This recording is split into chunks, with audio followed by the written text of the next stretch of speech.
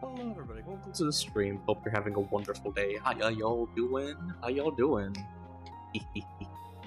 No, not the attack already. No. Shoot. There you go. Mass bombs. Yeah.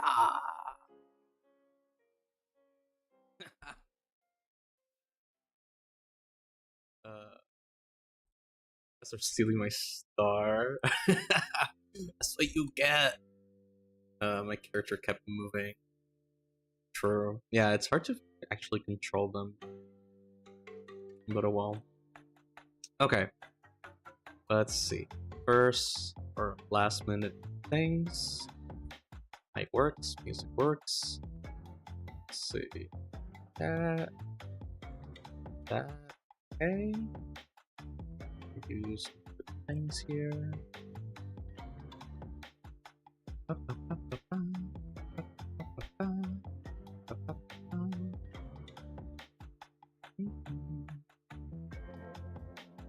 See.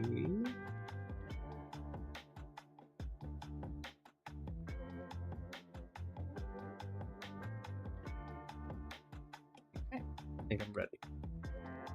Let's see this. Can I send you a picture of the desktop I have? Say so.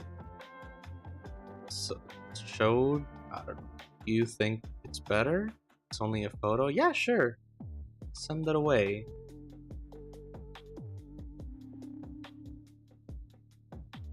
Where am I? Which one was I doing? Completely forgot. I think I was doing this one. Yeah, I was doing this one.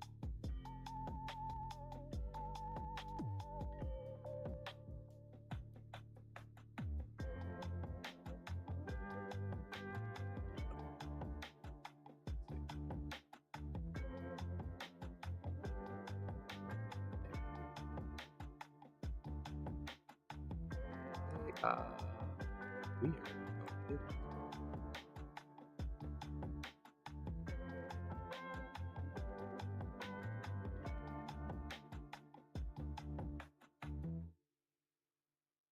Okay.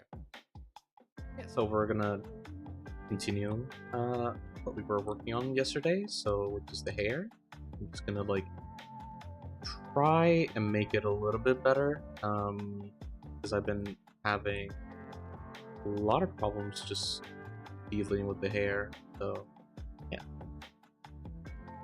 There. Okay, let me check.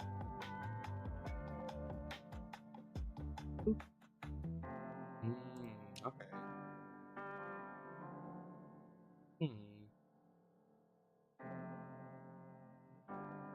Yeah, it kind of works. So maybe... Oh. Let me check something. Is it okay if I like do a quick paint over? If all the people who I think are nice. Oh, I kept all the people who think are nice. Okay, let me see. Let's see. Make your mic closer. Okay. Can you hear me now? Let me see, already did that. Just connect my iPad real quick. And gonna be mirroring. See the iPad. It's going up and down. I can hear you. The voice was dynamic. Oh, okay. Weird. Yeah, it's pretty weird. Okay, let me see. Go to Discord real quick. Good for songs, bad for talking. Yeah, the sound is very annoying to work with. Which is weird, like I have settings put on it, like, and you think settings would just work forever, but apparently they don't. Okay, let me do a quick paint over. Let's Let's see, photo, that. Okay. I think it was because you were talking far away. Damn, that I was... Damn, because, like, I had the mic, like, a good distance. Might have to change some settings, but oh well. Okay, let's see here. So, right now, it just feels a tad bit intense. So let me see if I can just select this. So, select the purple areas. I'm not gonna be too clean with this because it's just like a test. So,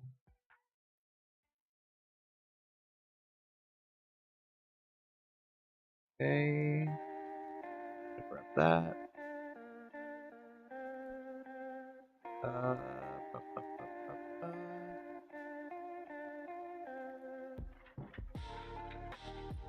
Yeah, it's okay if I grab some flowers here for... It's a quick thing. Okay, select. I think that's good. No, let me just grab these. Just grabbing like the ones that are gonna be like super noticeable from afar.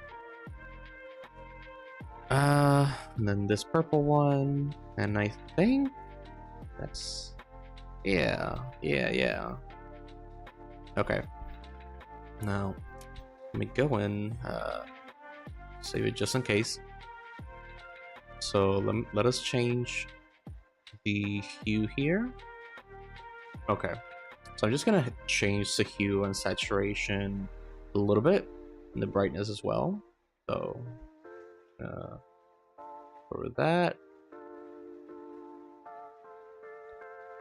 let's see.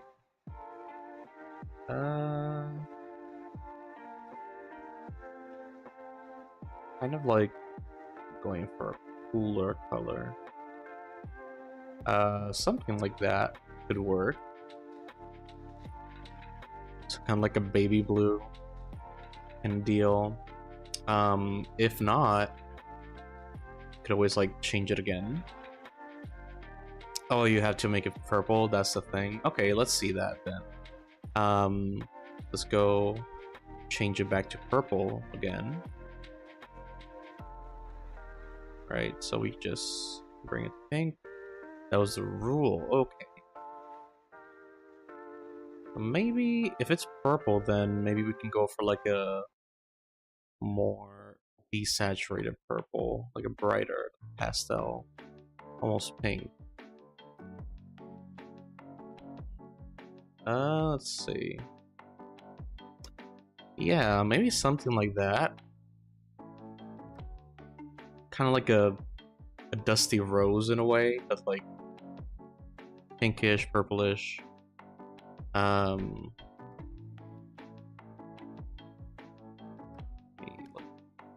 Give it a little bit more blue. Photo doesn't do it, just the background also moves.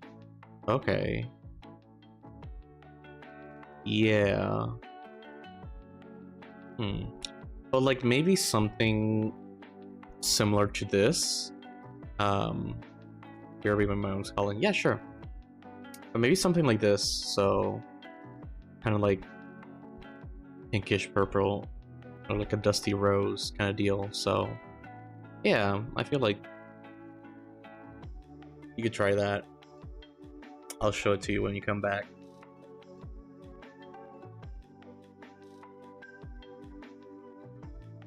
Okay.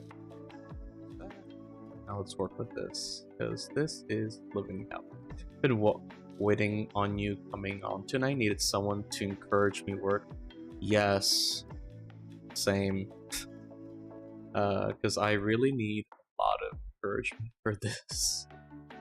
It's so the hair.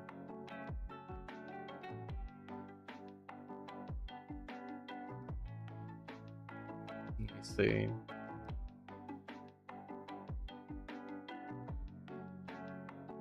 Welcome to the reason I quit Iruru so many times.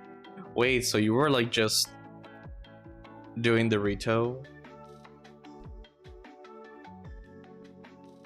Or are you doing like reach apologizing?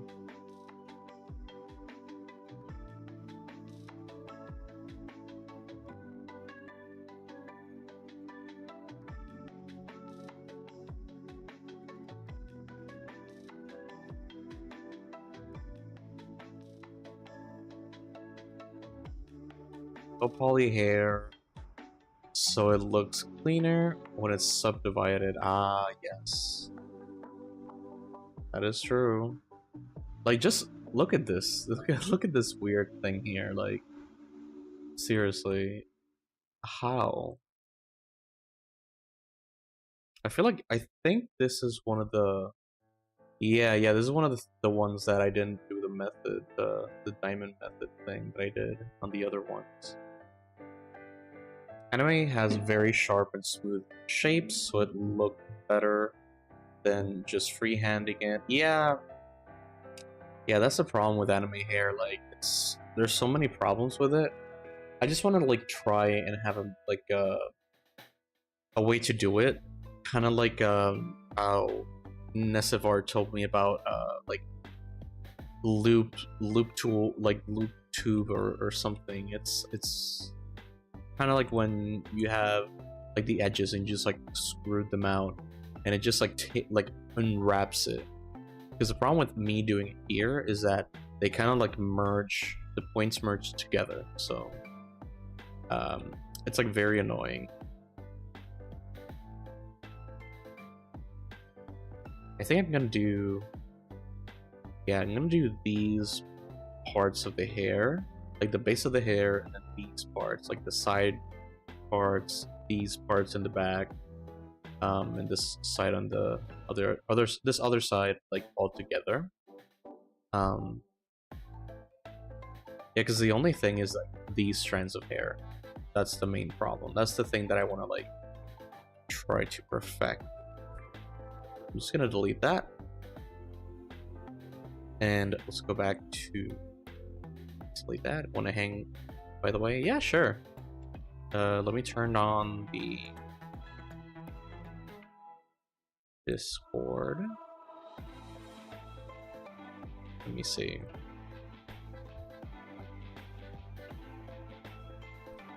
Okay.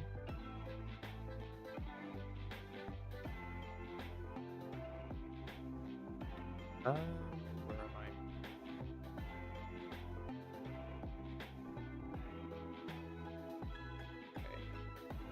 Okay. Shoot, wait. Here we go. Discord. And then let's go to Discord and go to call. Let's see. Let's go for general. Let me just lower the volume on the thing here. Hello.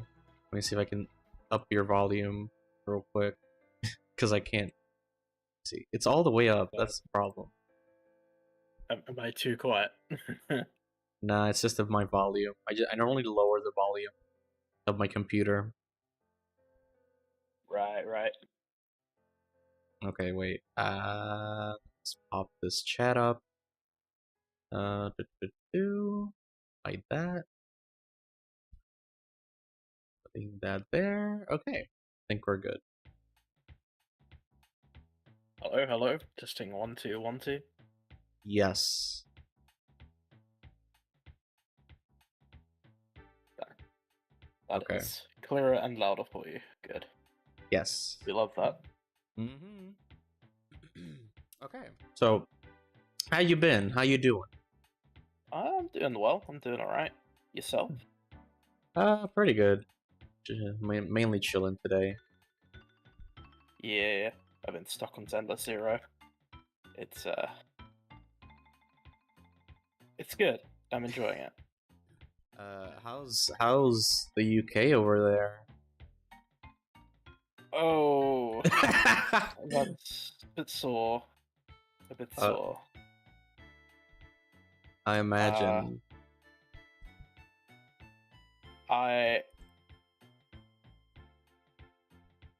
as a I won't get into the politics of things because Yeah, better not. that's quite spicy, Uh, I had to do. the problem inevitably though is that I wouldn't have been happy no matter who won. Mhm. Because our government does not serve the people, it serves themselves. Yeah. I was hoping the trash can guy won. Oh right, yeah. I mean, as much of a joke as it is, he is aesthetically pleasing. I'll just put it that way. Oh my god. Oh, absolute. This is Aku's voice. Hello. I, Hello, Absolute. I know I'm a schizo, but this is crazy. Yeah, we're the voices in your head, specifically Aku. Wake up. Wake up. But yeah, but that was funny though. Like just seeing them in like, because it was like a whole party, and it just like it was funny just seeing them like next to the other candidates and like Yeah. when they Yeah. tallied the stuff, and like a man with like an orange mask covering his whole face. Yeah. It's like really funny. It's a real shame though that they couldn't take the constituency of the like the then ex prime minister. That would have been hilarious. Yeah. Imagine like a bin. There's like a beating you, right? Yeah. You were the prime minister and you lost to a bin. That would be funny as hell. It would have been poetic. It would have been beautiful. I would have probably cried. I can just imagine like him just going to like the king, and it's like, howdy. Yeah. It would be good. Alas. No luck. Nope. I couldn't have voted for him even if I wanted to, because it's based on your local area. Okay. You vote for a local representative, and if they get in, they get a seat in the House of Okay. Commons. So yeah, that's kind of how it works. So it's kind literally of flawed. Huh? It's kind of flawed because it basically means like a load of people can vote for one representative, and a load of people can vote for a party, but because that party doesn't have because that party has 0 representatives, it means that they don't get to sit at the when they're doing discussions and debates and stuff. Okay. And deciding the future of the company or the country. So that basically means that a fuckload of people, their votes just don't do anything. Okay. Technically. Also, I did say I wouldn't talk about this. Yeah, I don't want you to get like canceled before your big stream debut. Imagine. Yeah. The objective is to get cancelled on my first stream. Exactly. That's what I'm saying, man. Like, that's how you do it. You have to do it the correct way. But yeah. Okay, the volume magnet option kind of works. Oh yeah. Yeah. Man, I am like honestly this close to just buying the plugin.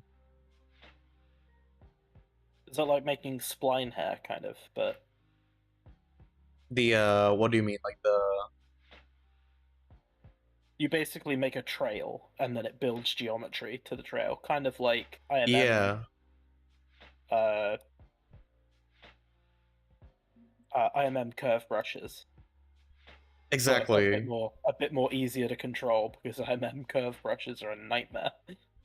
Exactly, because I'm just doing all this, and I know there's some tools uh to do this, like how what's Nesivar did, where he just did like a tube and then just kept like extruding. But Yeah, yeah, I don't know. But I am basically how I do hair, but I keep it low poly. yeah. Oh my god, I was dying when you were telling him about retopoing in ZBrush. Yep, I'm doing retopo in ZBrush at the moment. Oh my god, that is like funny as hell.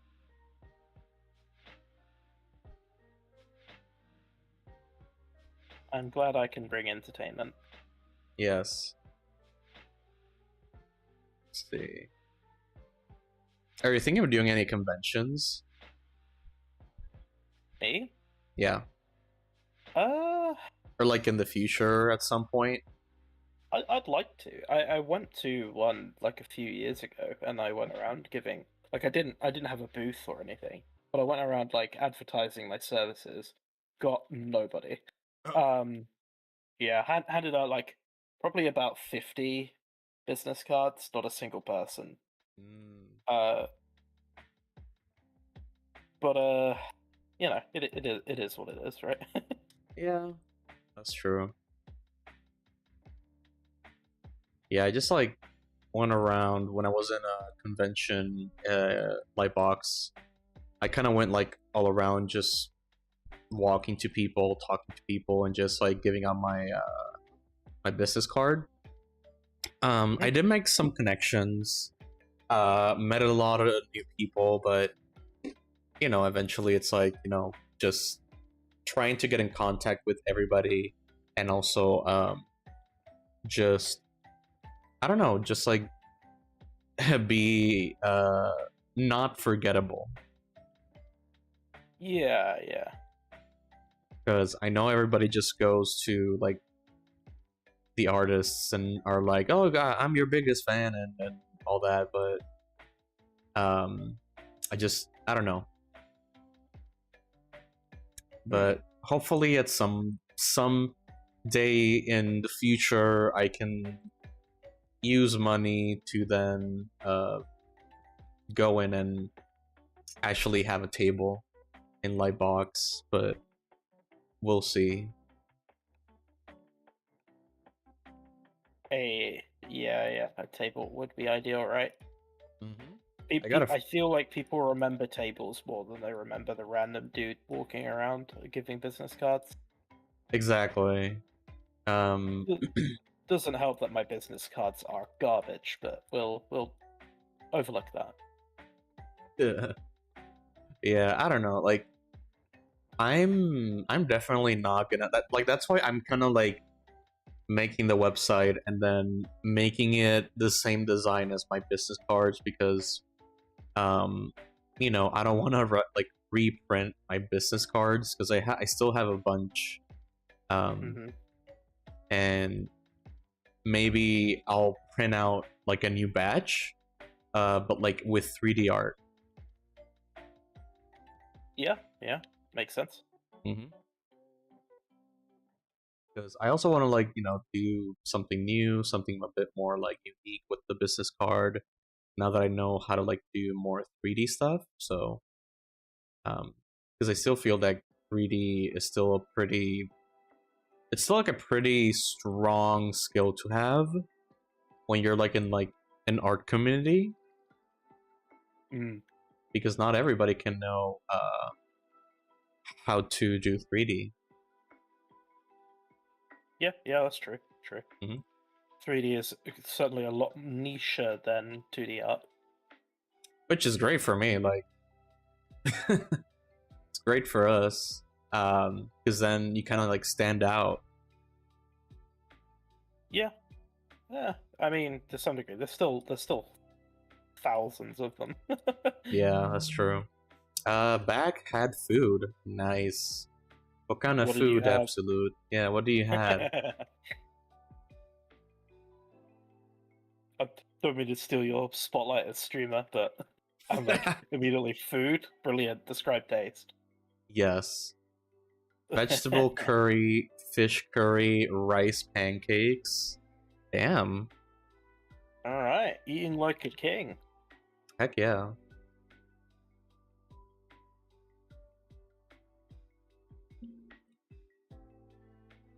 You spelled it wrong.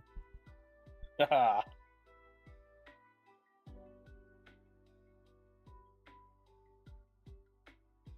Yep. What is this thing though? Like, On. I was too slow. oh my god. Get it. Ah, darn. Yeah.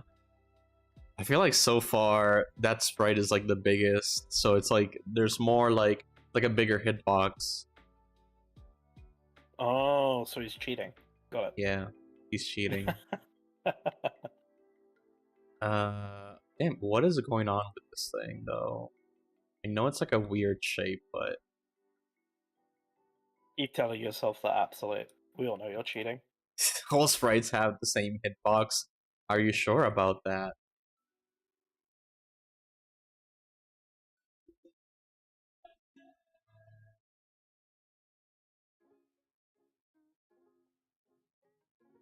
Damn, what is this?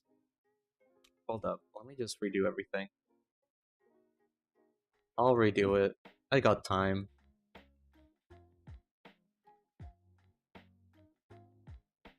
Who knew retopologizing was hard? Yeah. Yeah. Uh, so they. Reed's apologizing at the moment. Oh So, damn. And ZBrush? in ZBrush. Damn. I'm gonna tell on you to Nessive Art. Do it. So they would add different size hitboxes. Yes, they would literally add a bunch of different hitboxes just for you, Absolute. Thanks for the lurk, Sabs.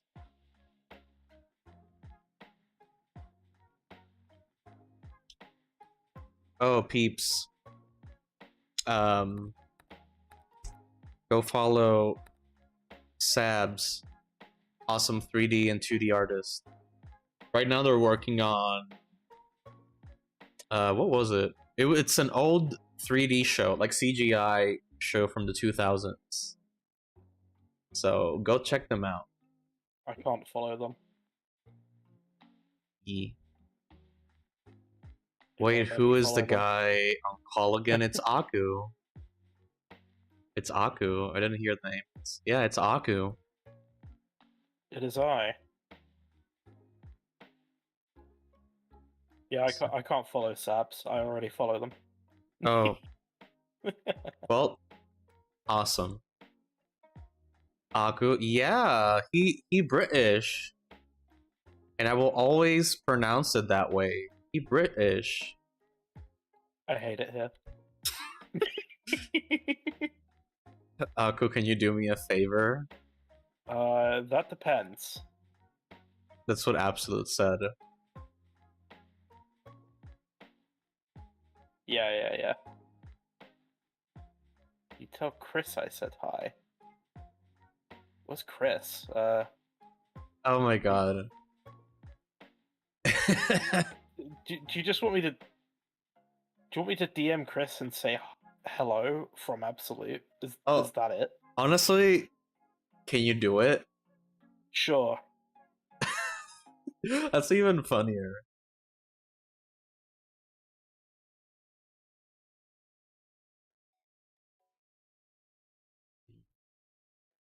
Okay, I'm having like a weird thing. Let's see, good edited, good not edited.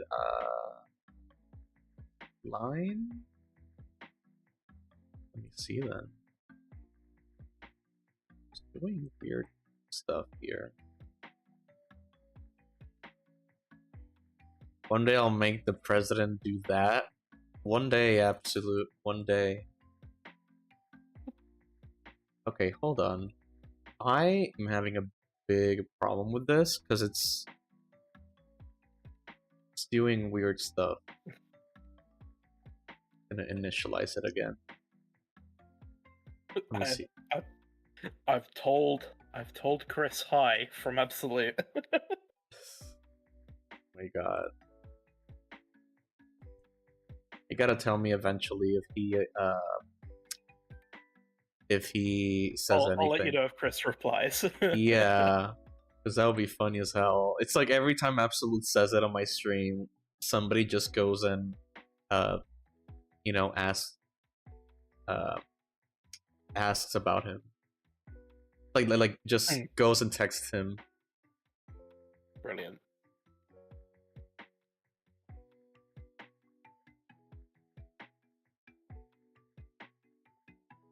Yeah, so I've got an interesting way to that I'm trying to retopologize at the moment. Oh really? Yeah, so I'm taking a mesh that I've already got as a high poly, and to make a low poly of it, I find ZRemesher and Dynamesh don't make good choices with retaining geometry. Yeah. And granted, I could probably reproject the mesh to have the same thing, but I would prefer to be a bit more clever with my positioning of edge loops and stuff. So instead, what I'm doing is decimating the model because it makes better tries in the right place. Oh my god. Bruh, we're gonna be like the mustard and ketchup guy with like tries and quads, man. Like you don't get the reference. I do not, but Americans will get the reference probably if they watch a lot of trash TV. fair. But yeah, I don't know. It's like maybe like tries work eventually. But I found a photo that kind of disproved the tries for me. Oh yeah? Yeah, it's like it was a photo of a wireframe of a hand. And it had like diamonds in the part that it bends and like, you know, in between the fingers, so let me see. I don't get it, Jamar. How do I keep myself accountable? I worked all week just because I was making something for someone. What? Okay. How do I keep myself accountable? I worked all week just because I was making something for someone. I don't know. Depends on what you did, maybe. Like, I can't get myself to work by myself. Oh, okay. Well, I don't know, like, maybe look at, for more streamers that you can find throughout the day, like, people that stream in the daytime art, and then interact with them, and maybe, like, that way you can, you know, you have more work buddies 24/7, like at any time. It's kind of like nurturing an avocado tree. Okay, you gotta have a little avocado tree for every day of the year, and then every day of the next year you're gonna have an avocado. I don't know what I'm saying anymore. Yeah, you've lost me. Yeah. Nah, that takes too long. I have to build trust with people before I ask something like that. Okay, true. I don't know.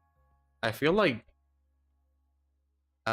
like if you're trying to look for that nice way of like getting in the mood of just getting in the zone of working, then it's just a journey you have to take yourself.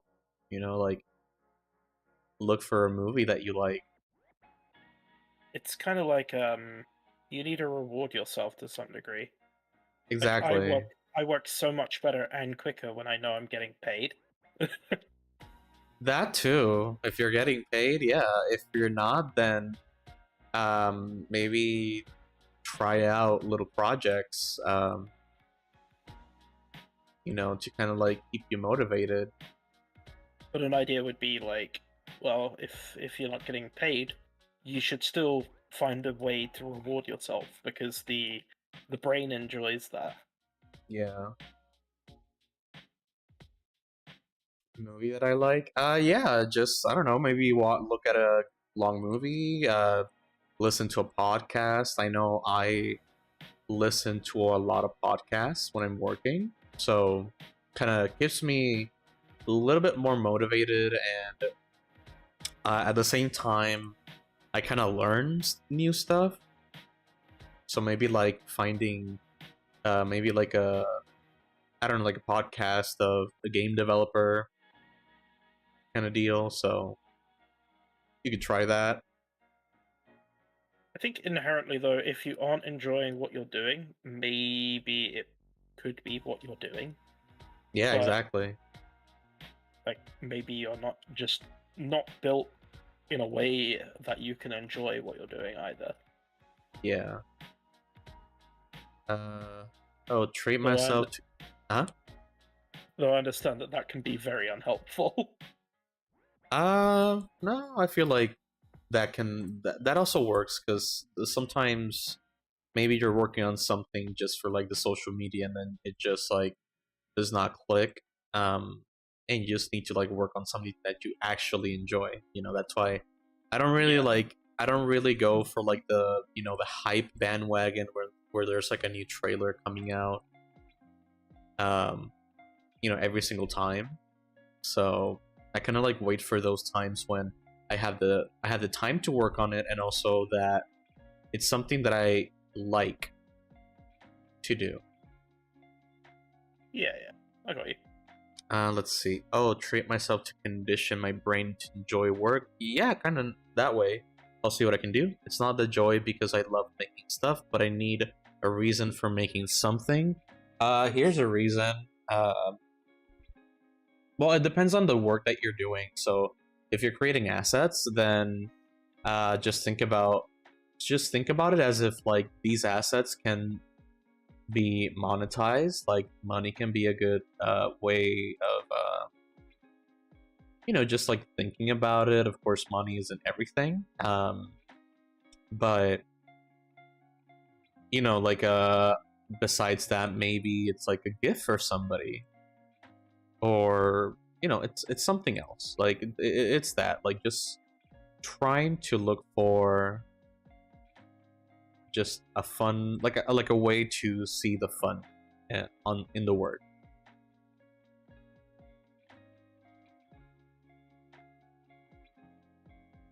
I feel like sometimes I'm the same way, where I just like like sometimes there's projects where like they start to get too difficult, and then like I just leave them collecting dust eventually.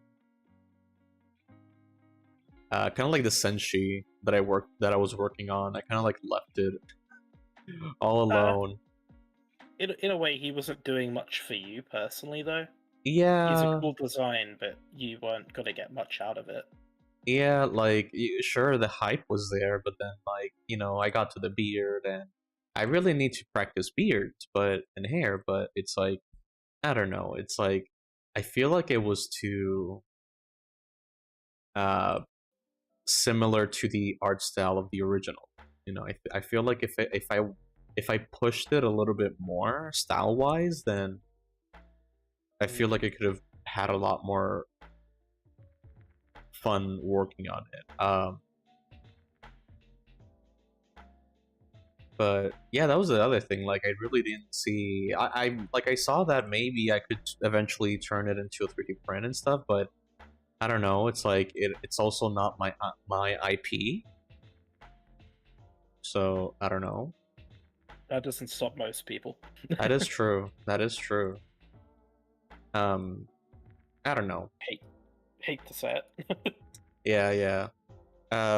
Yeah, I haven't actually caught up with the anime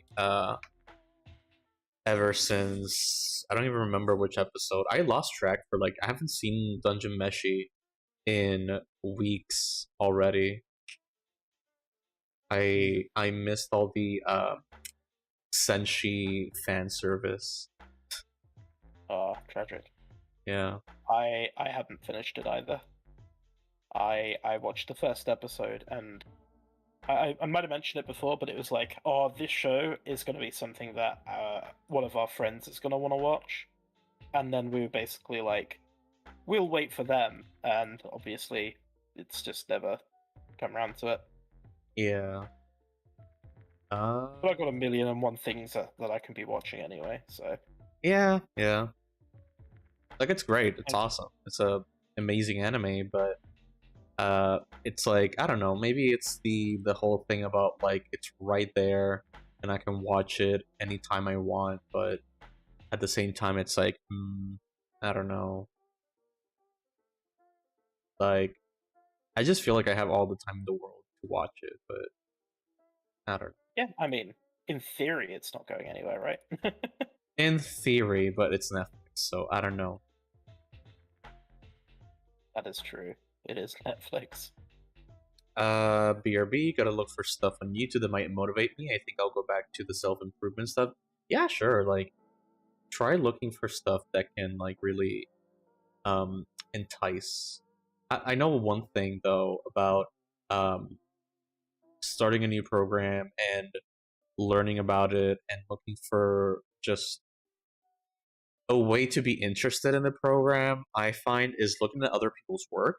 So, for example, I follow two Twitch streamers that they work in Unreal. They're making games in Unreal, and normally and I mentioned this before in other streams, normally Unreal is a program that I kind of don't. It's not like something that I gravitate a lot because a lot of the a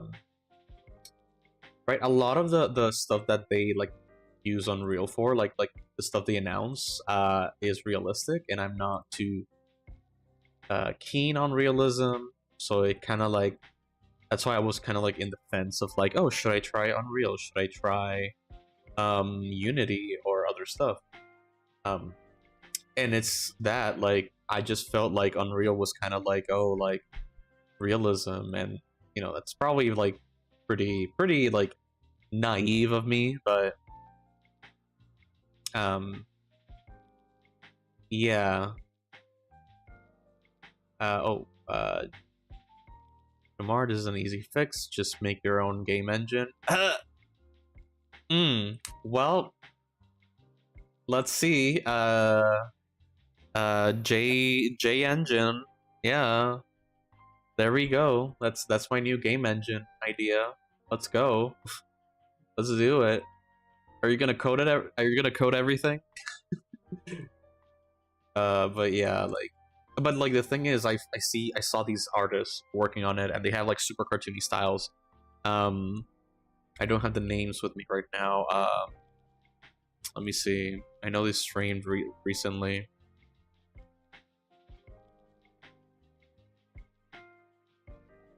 But yeah, like they have cartoony styles, and they were kind of doing things that I was interested in. I think that was the thing that really pumped me up to keep going and start to learn how to use Unreal. It's just looking for something to pump you up, like looking at other artists to really pump you up to learn a new program.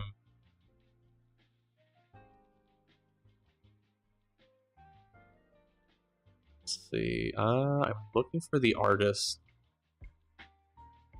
but sometimes I can't find the name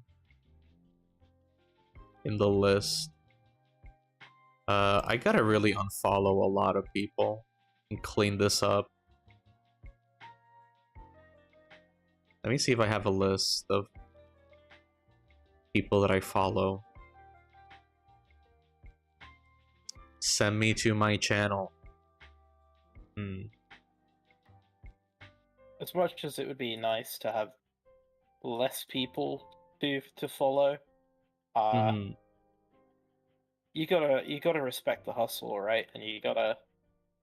I see it as like there are some people out there who are trying to make a name for themselves on Twitch, and every little person helps. So Exactly. I feel bad unfollowing them, despite my follow list being filled with people who I don't watch.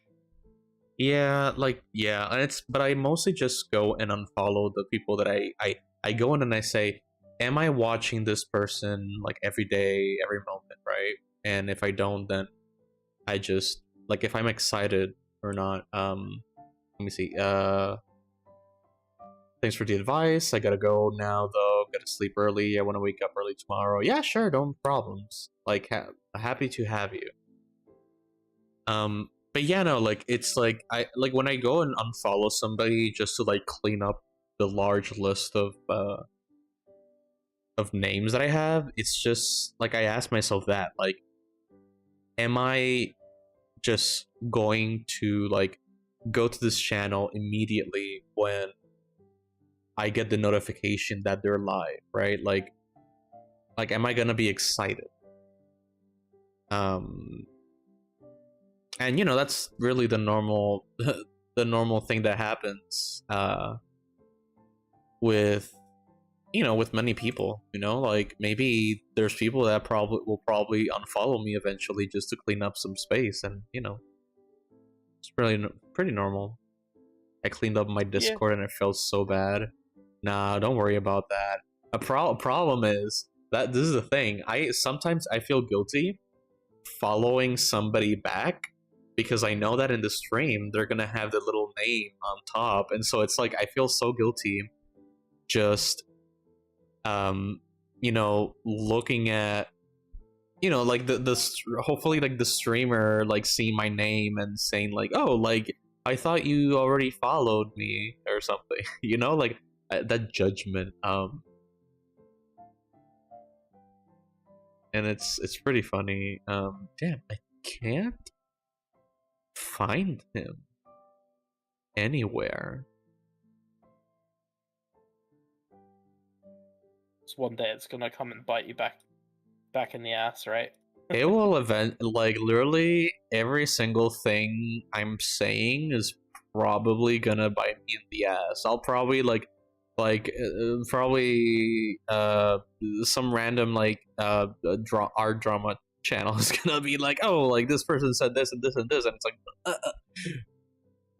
and I'm too dumb to defend myself.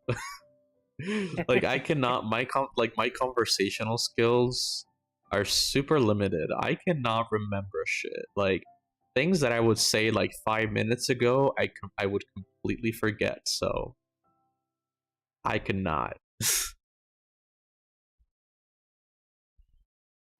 That's fair. I mean,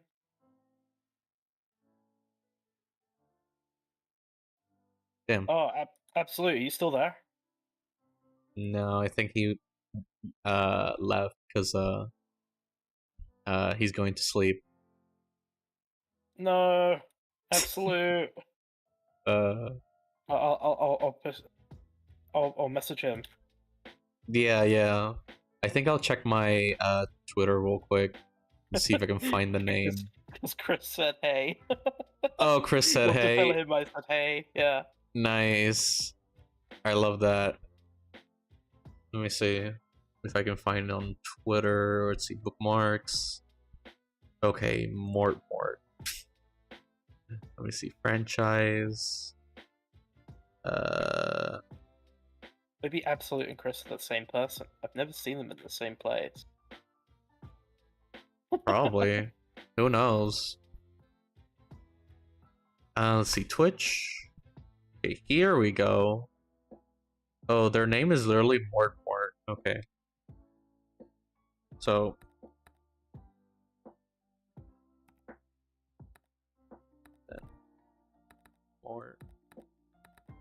Mort Mort is one. The streamer that I said, that's one of the streamers, and then Beazle is another one. So let me just shout them out. There was a point where I was like, hey, just maybe I'll just do like a command and it'll send them to the people that I normally shout out. Let's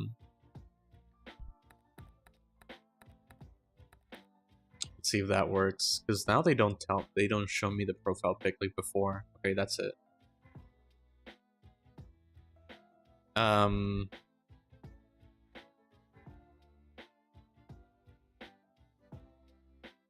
Okay.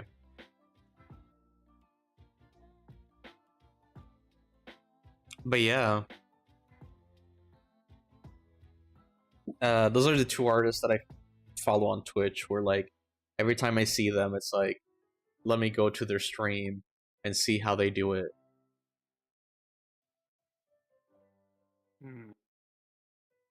Because I find it so cool, just the way they do the whole what's it, the use Unreal, because it's a more cartoony style.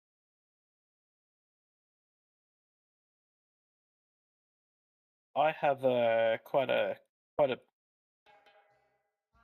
tricky and difficult collection of people that I like to view on Twitch. Uh-huh. It's mostly smaller accounts that I can actually communicate with. Okay. With the exception of Gaz. But that's okay. because I know Gaz fairly well, and I can hop in voice with him. Yeah. Do you normally go into voice chats with him? Only really when he's streaming. But I have been on voice with him when he hasn't been. Okay. I'm not exclusively there to like steal his stream. Damn, Aku the stream stealer. I mean that you just know that there are 100% people who want that though, right? The what? They jump between. There are 100% people who join people's streams in hopes that they can promote themselves in a way. Oh yeah, definitely. And I understand, like, again, I understand the hustle in that, but it's like, you know, Gotta be respectful as well to not burn bridges. Exactly. I think you can definitely go overboard with that. Uh-huh. Literally. Yeah. Oh.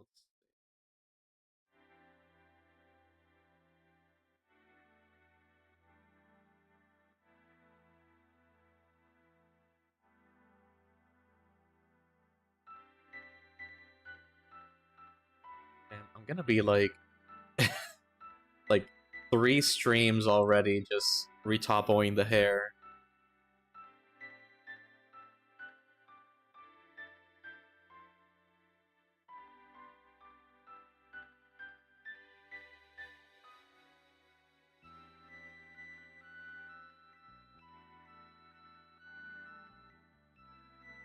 Freaking, is this my favorite things? Damn. I don't know if I should count that. I'm gonna skip it. There are songs that I'm just like, skip, because I don't want to get this video blocked.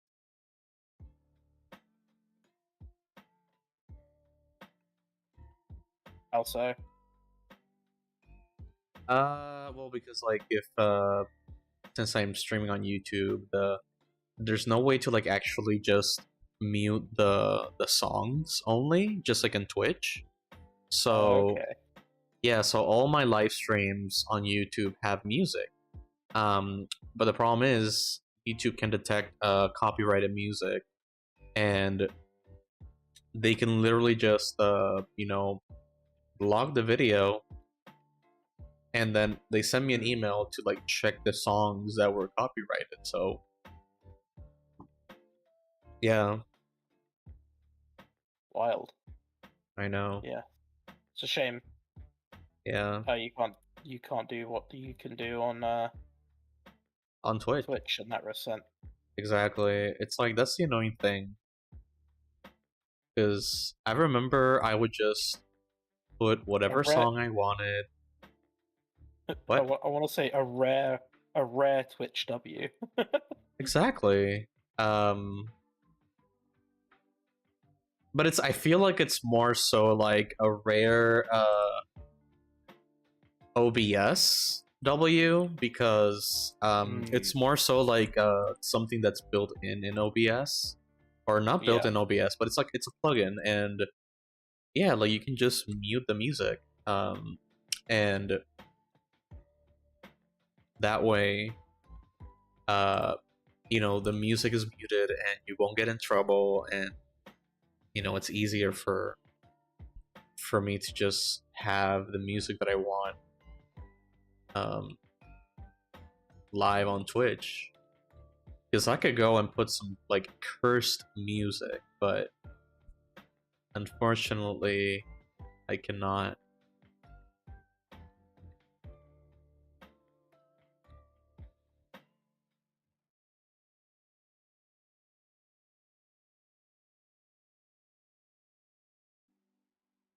Oh, okay. Which one are you working on? I'm doing the VTuber Nendoroid model. Oh yeah. At the moment, so I found a 3D scan Oh, of a Nendoroid head, just like the faceplate, okay. and I was like, where better to get Nendoroid proportions from than straight from the model itself, right? Or Yeah. straight from one. Um, I was tempted to ask a friend of mine if he could 3D scan an Nendoroid for me, Oh. but now I don't need to do it. So now I've got this scan. I need to retopologize it so that I can make it nice and smooth and not all wobbly, because often that's kind of how scans end up looking. They look a bit weird. So you literally have just a friend who just has the scanning equipment to scan you an Android, just like that. I know somebody who could, and who I believe has Nendoroids. So, Okay. but in this one case, I managed to find somebody post one for free on Sketchfab. Oh, okay. So I'm using that, and basically my plan is to make a retopologized low poly version of it that can be upscaled to have the smooth features that you expect from uh Nendoroids. Yeah. Downside is retopologizing in ZBrush, and the weird way that I'm now doing it. Yeah. You are feeling very judged throughout the 3D community. It's fine. Look, I already use a mouse and keyboard for doing this. I might as well, Hell yeah. Like my dad always he has a drawing of himself made by some guy in the streets like back in the day. And he drew all that with his foot, so it's like I feel like, and it was like a pretty solid drawing. So like I feel like, yeah, like if he can draw with his feet, you can sculpt with a mouse Very weird analogy, I know, but it works. It does work. I'll take it. At the end of the day, so many people have such a strong connection that you need all the best tools and stuff to do things. But if Blender is an example that you don't need an expensive piece of software to make art, Yeah, then you know that's a great example of a time where sure there are better tools, but this yeah, one, but at the end of the day, it's about what you know and what you can use. exactly. And I know how to use a computer mouse Hmm. probably better than most people. Yeah. Been I've been holding one for almost as long as I've been holding a pencil. Hmm. And well, now that's very much overtaken. Like I haven't held a pencil in ages. Oh Lord. You gotta find a pencil quick. Just hold it, just feel it in your hand. You're probably right. There's probably something very essential that I'm missing. Yeah. But It's like this is like how I tell some people, like, I wish in my art class I can just first project I wish I can give them is to give them clay and start sculpting so that they can just start developing that like hand movement, because I feel like there's so many kids that just like are too stiff, don't really know how to hold a pencil correctly, and just need some like exercises or articulation. yep, it is a uncomfortable device to start using. There's a reason why I don't use a drawing tab. Really, it's Yeah, kind of the same. It's just it feels really weird to hold, and exactly. so I was just like, why? It was basically a case of why should I nerf myself and learn how to like learn two skills at once when I can just master one? Exactly. Which is funny because I definitely have not mastered sculpting. Oh, me neither. One day I will. One day, one day, one day I will master retopologizing. No, Okay.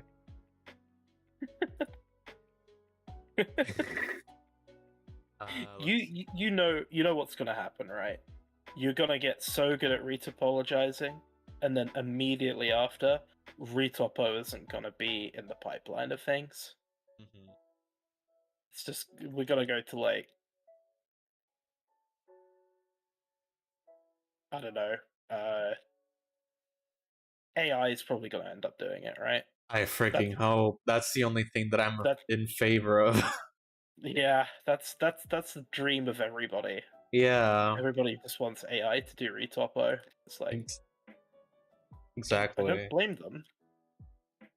Yeah, At this point, I just want my 3D software to be able to detect where there should be quads and quadify a mesh, exactly. and it Like, can't even do that. hmm yeah. Let me see this. Just erase this. Vertices. I'm just like going back and kind of like fixing the points that we had. The I had here.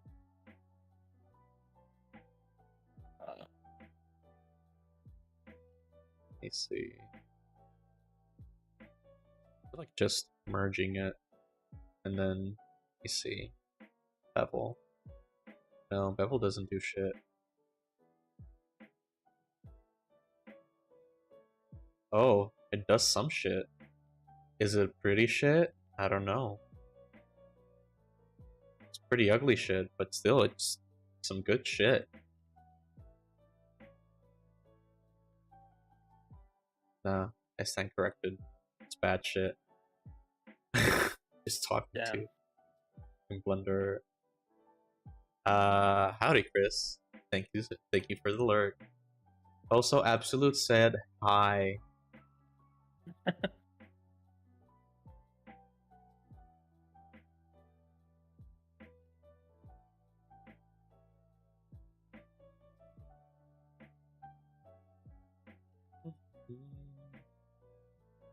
No, he DM'd me. Yeah.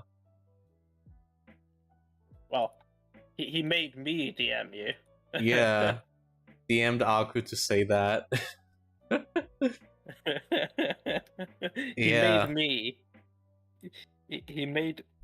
He asked me in Twitch to message you, and I was Exactly. like,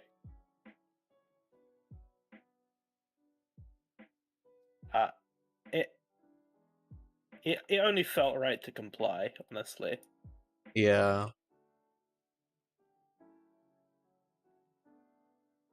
I'm just here suffering, trying to reach apologize this point again because it's giving me pure hell right now. Like, look at this. These are some ugly triangles. Like, who am I thinking? Like, who am I with these triangles, Aku? I'm, I'm blasting you. Honestly, I can't see like that. That's. Can you make the mesh not transparent? Because honestly, that hurts my eyes. Let me see.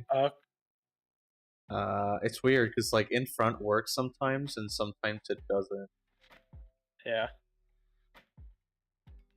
Okay, so are you retopologizing your sculpted strand there? Yeah, Why don't you just delete some edges? some edges. Yeah. If you want to reduce the amount of like edges and stuff, why don't you just delete some? Huh. Or what if I just let me see.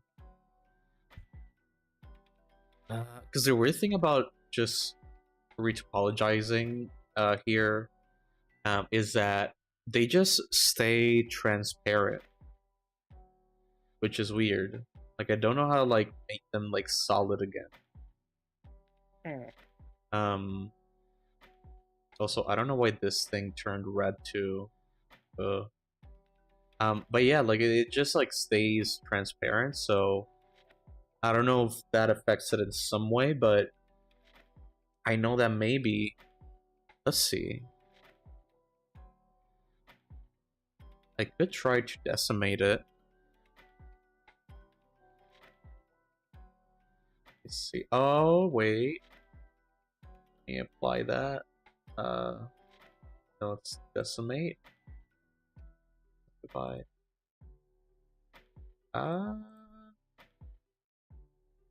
You know, this could also work.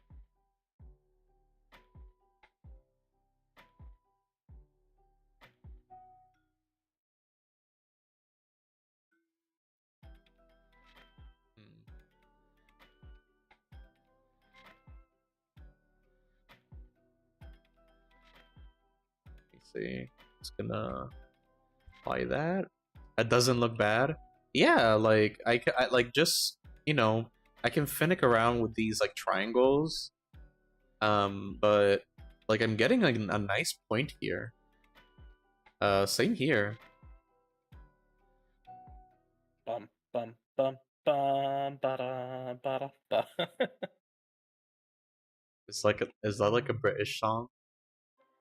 Uh, No, I'm just joshing. I know what you were singing. okay. uh, That's Glad I don't have to explain that. Let's see. It's just the triangles that kind of pester me. Where's the triangles? Like a few triangles here. Yeah. Are just I don't know. I mean, you can get rid of them. Huh? That's pretty easy. Right? Like just Alt J. Just close the edges where the triangles are being made. Turn it back into quads. Let's see. Oh yeah. Edge. To solve. Yeah. Yeah, that works.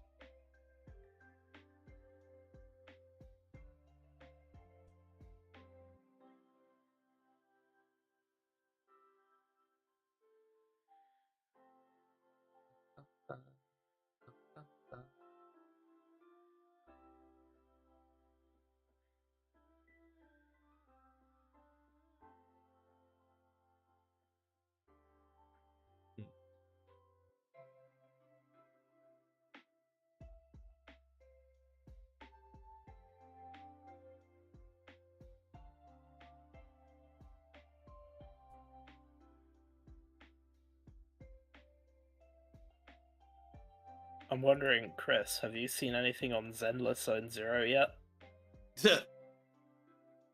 He probably had. Oh, he was talking about it. Oh, really? Yeah, on like on his stream. Oh, damn. Yeah. It's the new waifu game.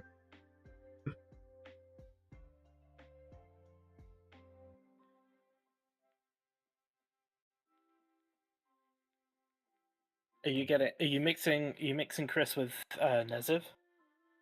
No, I saw it. Yeah, he's saying that. Oh, okay. Yeah, I played it a bit. Yeah. Yeah, because Okay, he's trolling. yeah, because I saw I was lurking in his stream, I think yesterday or the day before, and he was having like a very extended conversation about the game.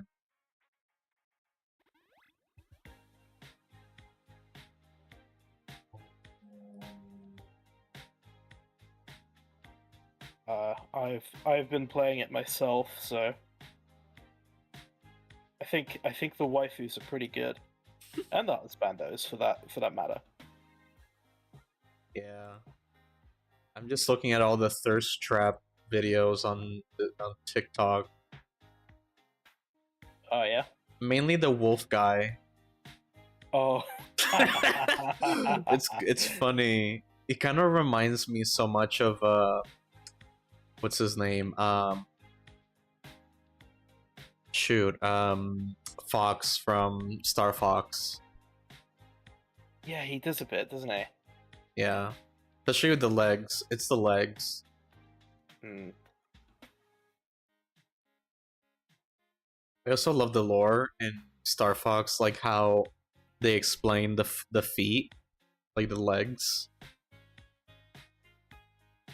You'll have to tell me, because the So only time I've ever played Star Fox is in Super Smash Bros. so basically their legs, they're actually metal legs, like robot legs. Like their legs are normally, when they become pilots, their legs become amputated.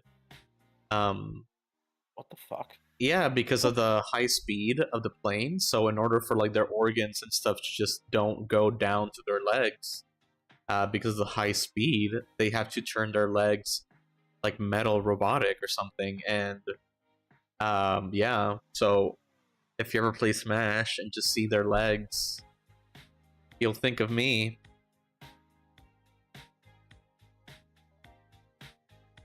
I feel like I need to verify that information, because that's bad shit. I know, yeah, I heard something about that, but if you can verify it, do it.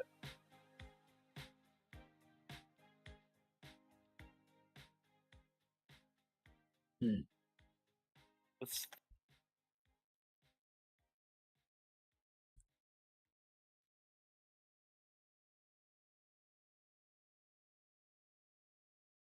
I just leave few triangles. I think I'm not gonna be in trouble if I leave a few triangles. You don't really need a triangle there, though. It's kind of weird where it's placed them. Yeah. Like if you delete that try and just weld both of the verts together, it's gone. You know, that's true. Base. And it'll merge last. Okay. Yeah, that one works. Then my other problem is this one, though.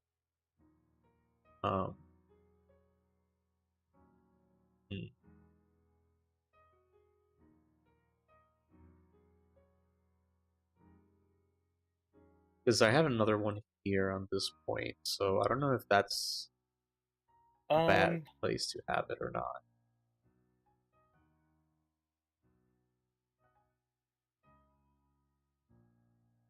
Personally, I try not to have like I don't mind having the like the pinch point where everything comes to a point.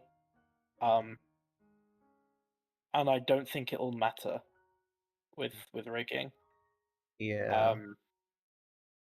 But at the same time, I'm no rigging expert, so take what I say with a grain of salt. Yeah. Let's see. Because I wish I can just put like a vertices around here, but we'll just... Okay, wait. Does that actually work? Well, fuck me. It does. Is this a hair strand? Yeah. This is a hair strand.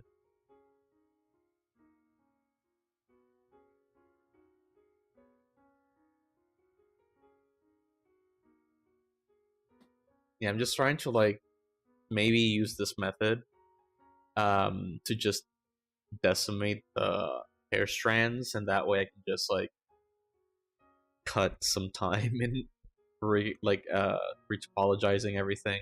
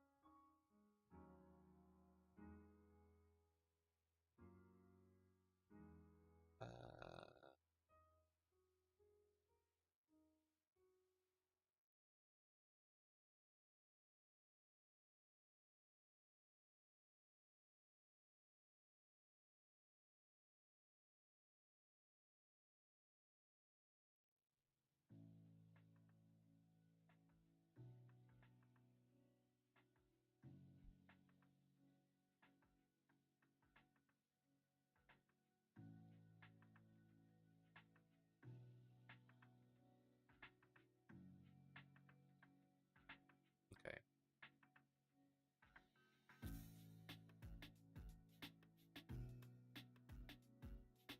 Let's turn that off.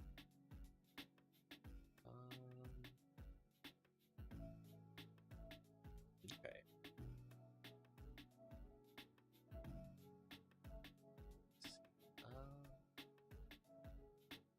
Just grab both of them. And maybe turn this one red.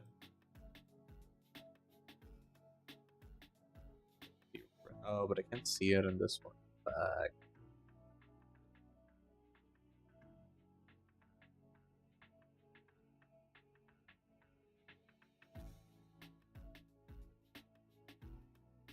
Just adding edit surface. Nope.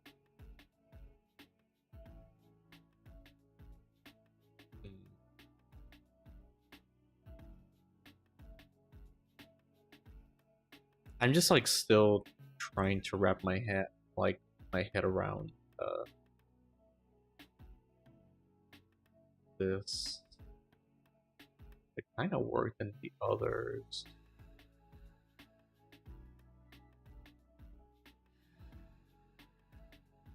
Like this one worked. Very good.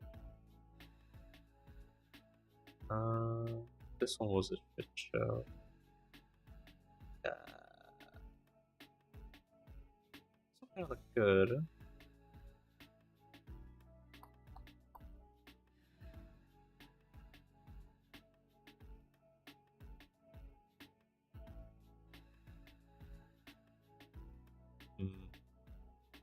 I'll hide this one just in case.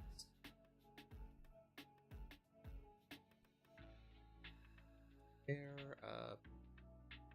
decimated test. I don't know.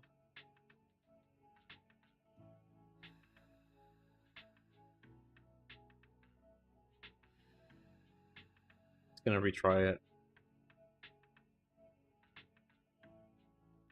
Bruh.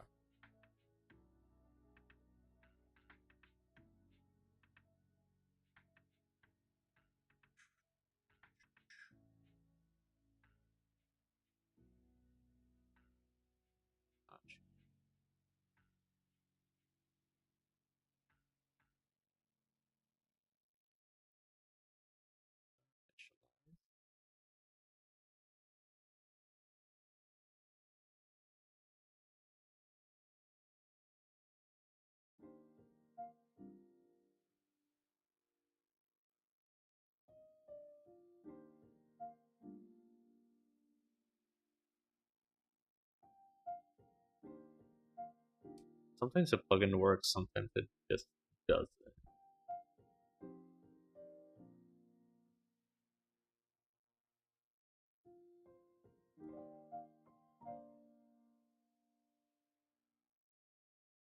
I wish I could help, but I do not know Blender.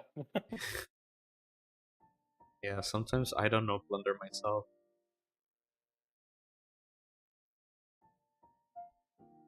Could do it in ZBrush. Well, I know I'm crazy, but I'm not that crazy. Nothing wrong with Reese apologizing in ZBrush at all. Could do a default Blender way instead of the add-on. Like, do you mean just like the thing that I did where like I just decimated it?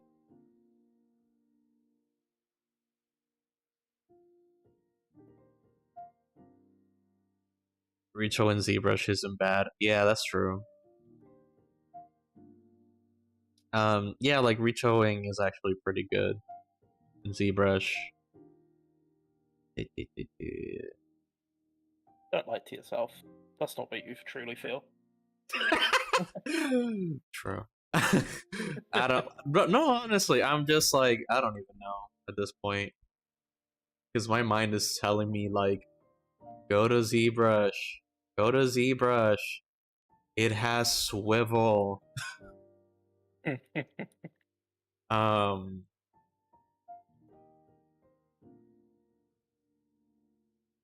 The hell? There we go. BRB. Okay, yeah. Set cursor. Cursor.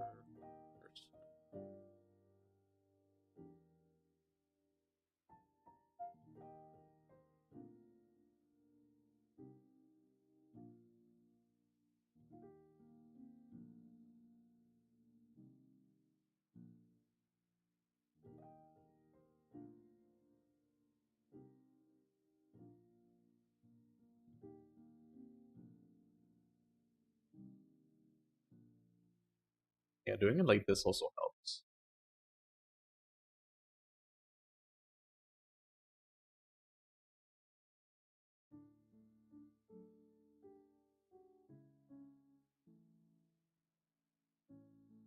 Yeah, makes sense. Yeah, like just drawing it. I don't know why I went to. I'm just like, I think it's true what another Twitch person said, or like a lot of times YouTube videos tend to have like YouTube tutorials tend to have like bad habits. Yeah, And I'm totally. just like following what other people do. So because like if this method works where I'm just like drawing it, then I'm just gonna go with this method. Yeah, for sure. Because I'm still like just doing like the center part, which is like the easy startup, but then like the problem is getting to the points. That's like my biggest problem, trying to have everything like in quads. Hmm.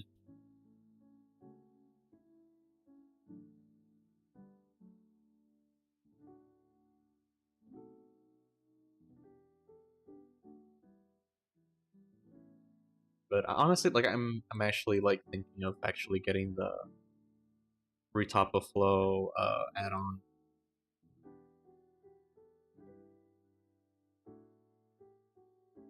Because it just feels like it could be like way easier to do. I know it's not the hard way, but I don't know. At this point, making hair, like retopologizing hair, I feel like I need the easy way out. Yeah, yeah. I mean, it's not fun, right? it's It- the busy work part of making these yeah, things.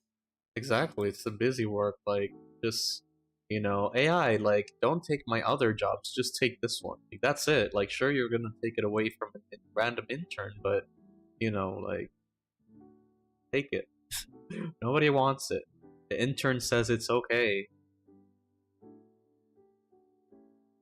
Though I doubt they give this job to an intern.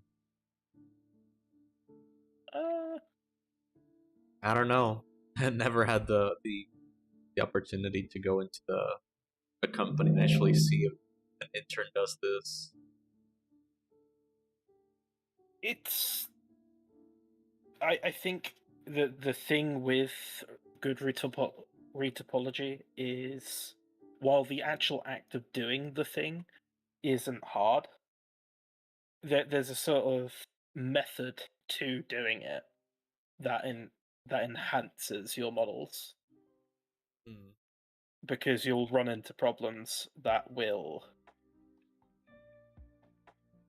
uh,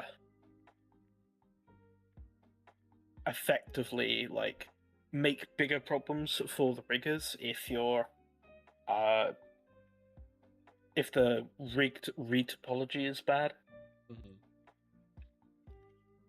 and then you might also have certain like places where it stretches textures as well.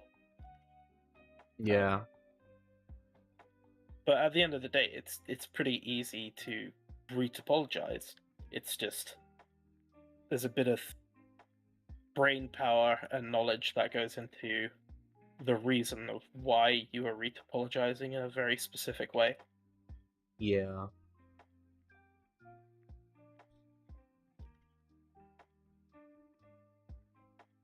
yeah. It's just that like there's things that I just like am still kind of like you know just thinking about because like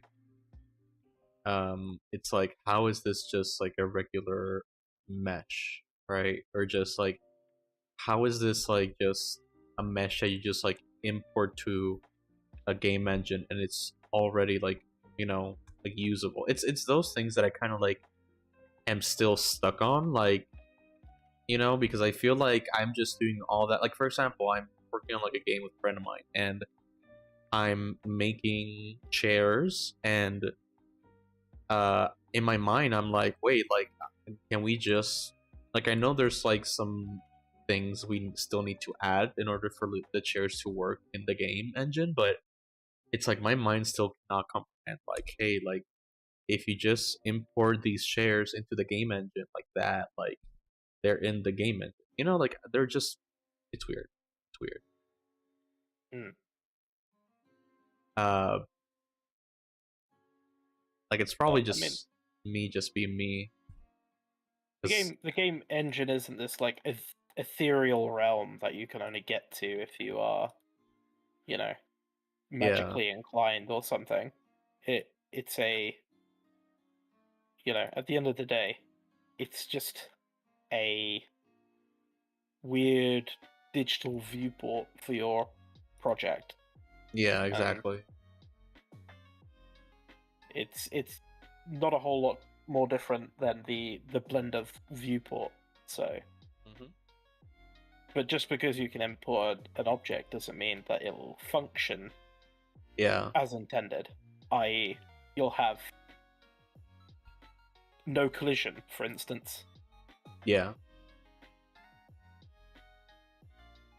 Yeah, I feel like that's the thing that I kind of like still need to just go in and like work on, because I started learning about learning the program, so still learning like the ins and outs on how it works. I think for the most part, that's a steady learning curve of just learning things as you need to know them. Yeah, exactly. You don't have to be an expert at that because that's not necessarily your job. But the more involved you are, the more you'll slowly learn about how the system works. Yeah. Yeah, that's like what I need to take on.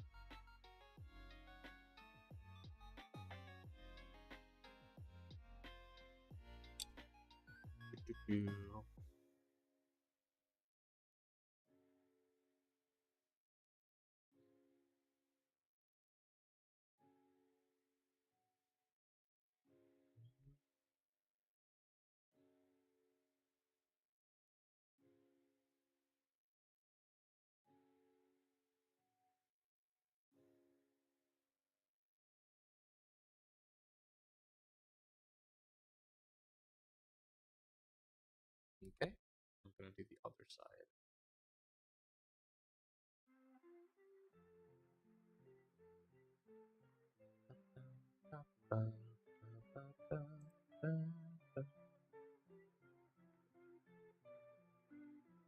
Save, yeah. I saved like a few minutes ago, but I think that was like the first save ever since I turned on the program. I think I haven't saved in like a hot minute.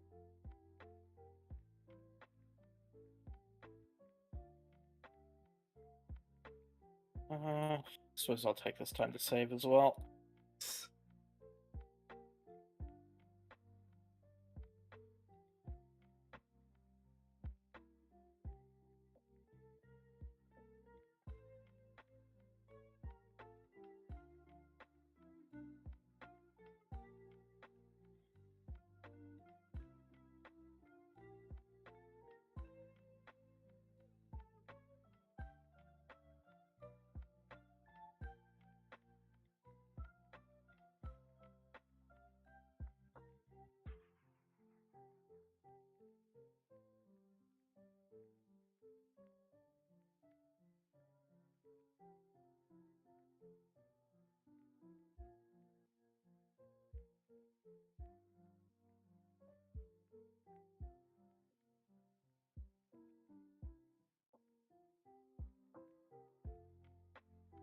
Oh,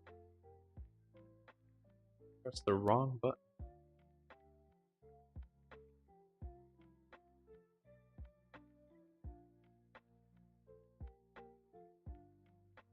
Some fun happen. The what? Did something fun happen when you press the wrong button? No. It's never fun when I press the wrong button. Darn.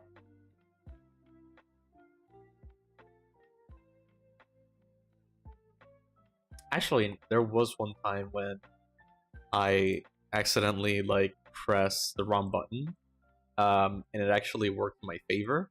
And it was when I was like UVing for some like Luigi's Mansion type frames, and I didn't know Okay.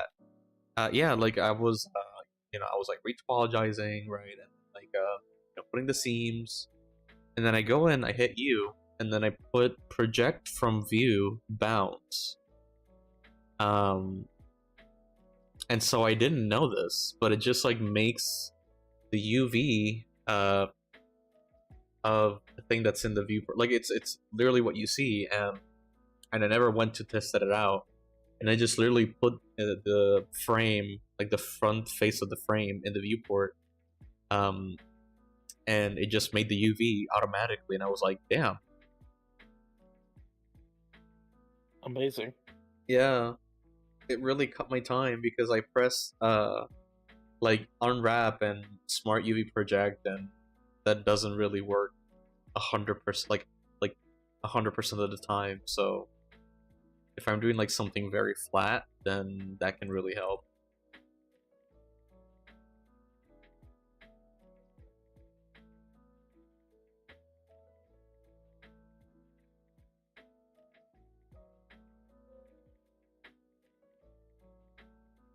Problem is when I do actually start UVing, like actually, because right now what I do is I just like grab the UVs and then try to you know, rearrange them so that they can work properly, and then just from there I just export it as a like a template to Procreate, and I just like start, I don't bake. I never baked or anything. I should really like start using bakes, like baking materials, for that as well. But I'm still like in the process of like learning that. Yeah. Again, it's like what you said about like the need. Yeah, for sure. Baking is useful, but I don't know how useful it would be in a stylized kind of environment per se. How so? Um, well, there are certainly other things there are other like materials and textures that you can bake, but one of the most common ones would be uh like normal maps, Yeah. which I imagine anime. I knowing hardly anything about stylized, I imagine most stylized don't use that. Okay. Oh, I feel like it kind of depends on like the vibe that you want. Because I know Yeah, for Nintendo sure. nowadays, they have a lot of stylized games, but they're still using like the Switch's like capabilities to really like push them, like to really have like stuff like normal maps and stuff like that. Um, maybe like in, I think we just mentioned 3 uses some like normal maps for their props, but when it comes to like stuff like Pokemon or like other stuff, like they don't really like go for that, I think. I know Pokemon has been like recently in the new games been experimenting with textures, which is something very new that I haven't seen Pokemon do, but still, Was I don't. Yeah. with mine. Can't think my girlfriend started playing one of the more recent Pokemon games, Yeah. or maybe it was another friend of mine, and it looked kind of like an Unreal Engine tech demo. And then who I'm not being nice. I was gonna say it in the nicest way possible. I'm not being nice. It looked kind of rough. It did. It is. It's very rough, and that's why it's been like a huge turn off when playing it every single time. Because my game has crashed already like 3 times, um, and it is the first Pokemon game, or at least it is the first Nintendo game that I have seen that crashes like as if Blender, like a Blender crash, Oh wow. Yeah, Like a full yeah, crash to desktop problem. yeah, like I've never seen a Nintendo game crash. Damn. Yeah, so it's like I just like first time I see it crash, and it's like, who the fuck told you to become a PlayStation 5 game? Like, like seriously, it's Mm. crazy. Like, or a PC game, like Scarlet. It gets me riled up. Like you can see it in my voice, you can hear it in my voice how riled up the new games are to me. I mean, I can imagine they're not. It must suck to be a Pokemon fan Yeah, and then have the developers of Pokemon not making a game for you. yeah, I can feel that. I can feel that from other games that I like. hmm Um, but it sometimes feels to me that Nintendo don't actually understand who their audience is for Pokemon. They I believe they think it's the same audience that they had back when they made the first game and the second yeah. game and the third game. Uh-huh. Well, and actually, it's become no.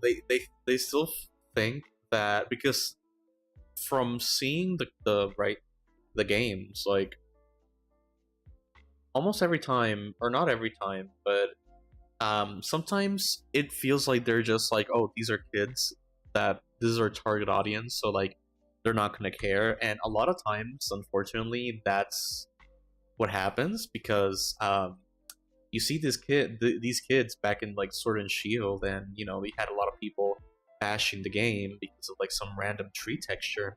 But then you come in, and kids that grew up with Sword and Shield are like, wow, that was my childhood. That game was amazing. That looked amazing. And then that made me, go back in time and actually see the way that I looked previous games. And yeah, I feel like almost every time it's like that same way. Like, when we are young, we see them like amazing, like super high quality games, which they are, but we just like when we're little, we just see them like more like colorful, more high tech or something, and it's just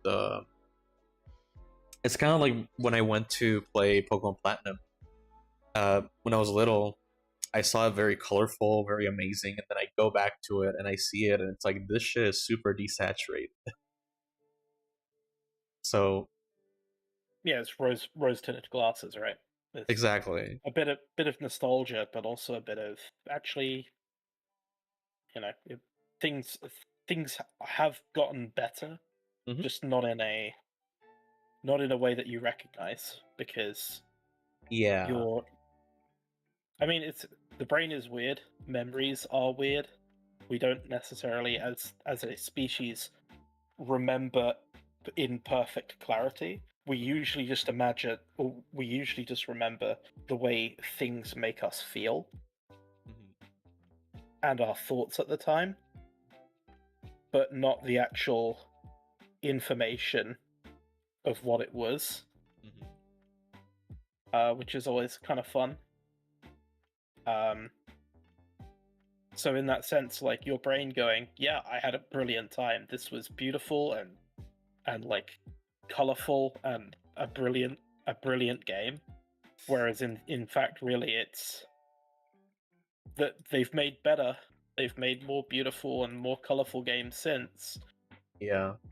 but your brain has didn't or you didn't feel the same way hmm about the new one. It's Exactly. cool. It's interesting, but Yeah. Yeah, that's true. Um, but yeah, that's just how I feel about like the new game because there's so many things that they always can do better. Like I remember one of the big debates was about level changing. because the thing with this new game is that it is open world, and it's Mhm. not saying it's the first Pokemon game to go in and do like the whole like, oh, you can battle the gym leaders in any order, because I feel like there was a point when there were a few a game or two that did that, but this one you could actually do it officially. But the big problem was that the gym leaders were already a set level. So like you can start the game and then go to the icy mountains on top and battle the final gym leader, where he has it at like level 40 something, 50 something, and your Pokemon are still like level 5. So that's a big problem where like people were like complaining about level scaling. At the same time, it's an RPG. Yeah. That's kind of the point. Like, as much as I hate gear scores and you know, meeting requirements to do certain things, if the game is an RPG, it makes more sense, right? Yeah. It's like, technically, I think you could remove that from like Dark Souls or something, like, because really the scaling isn't going to affect anything. Yeah. If you removed the RPG mechanics and just didn't buff the boss's health, but because they've got this ability to level up, of course, enemies have to get harder. Yeah. To promote to give you not only to stay relevant, but also to give you more of a challenge. Yeah, and really having like the wild Pokemon, like random enemies, level scaling, like they already have that in the DLC, because in one of the DLCs, you know, if you like start the game and you buy the DLC already with the game, then you can actually participate in the DLC, and the Pokemon are going to be like a low level. You know, they're going to match the level that your Pokemon are at, but like the thing is that in the main story they don't put that, and that's like a big problem that I feel like, because then like, yeah, like you just, it's kind of like, I don't know, like I'm just seeing the pros and cons, because on one side they were saying like, oh, this is a way so that people can have their own form of difficulty, so like trainer decides the difficulty, you know, depending on like the Pokemon that they choose, who levels up, who doesn't level up, you know, like I get that, but I don't know, I feel like level scaling could be like a nice way to really up the difficulty for veteran players. Yeah. Even young kids that, you know, have played the games before. But what's in to me at least, what's the point in having a level up mechanic if the game never makes you feel good about having leveled up? No, yeah, like in the sense of like, if you've got this RPG mechanic and it's not facilitating you feeling like you're getting stronger, it's just a number going up to make your serotonin move, right? it's just like, hey, doesn't this number going up feel you a joy? It's a shame it doesn't do anything, but hey, like, don't you feel better knowing that you're stronger, but you're not? So you're talking about like leveling up the creatures themselves? Yeah. No, yeah, like you still have that. It's just the thing about the bosses where you can literally go, like, you start the game and you can literally go to like an icy mount, like for example, the icy mountain has the final gym leader, so like the final boss, or are they impossible to fight right at the bat?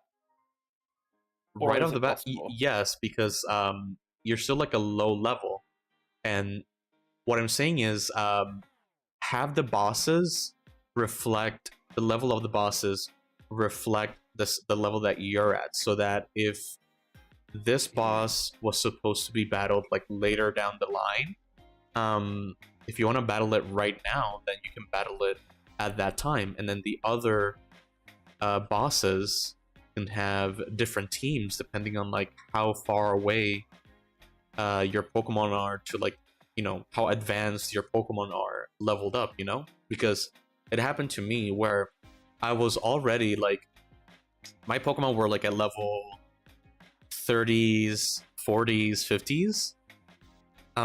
And then I missed the first gym leader. So I went back and, you know, I battled her. But the thing was, that's when I realized, hey, like, your Pokemon are like level 10 and my Pokemon are already at like level 50. So it's like I'm literally just, you know, sweeping your Pokemon like super quickly because you're like a super low level. But if they had like think level scaling, yeah, okay, then I see your problem. yeah, I think it works in your advantage to some degree to be yeah, like, hey, here's a reason to level up mhm, because leveling up makes you stronger. mhm, So it's gonna make you know you able to fight enemies that you weren't able to fight before, yeah, such as certain like stronger trainers. But mhm, here's the downside to that. mhm, Um, there will be a point where you get so strong that you wipe the floor with everybody. yeah, Um, I'd say this was less of a problem with the fact that it is uh like there is a lack of scaling, but more so because they've accidentally made the game non-linear, yeah, so you can accidentally fight things that you're not meant to be fighting at your level, mhm, and vice versa. You can fight things that are way too underpowered for you in your. exactly. But if they had made fighting that enemy mandatory to progress, Mhm. then you would have a good time because Yeah, you wouldn't have made that mistake. yeah, yeah, yeah, but And this is my inevitable, or I have a huge rant on disliking games that are open world for that exact reason. I completely agree. Like there, like don't get me wrong, like there's some games that are amazing. I feel like Breath of the Wild is a very interesting. I like it because, you know, there's no level system, so you can actually just go Yeah, in they like took out the RPG element. yeah, like that you don't get like you get a little bit of RPG with like items and all that stuff, but you don't get like the whole you know, leveling up Soft deal. lock, high levels, yeah.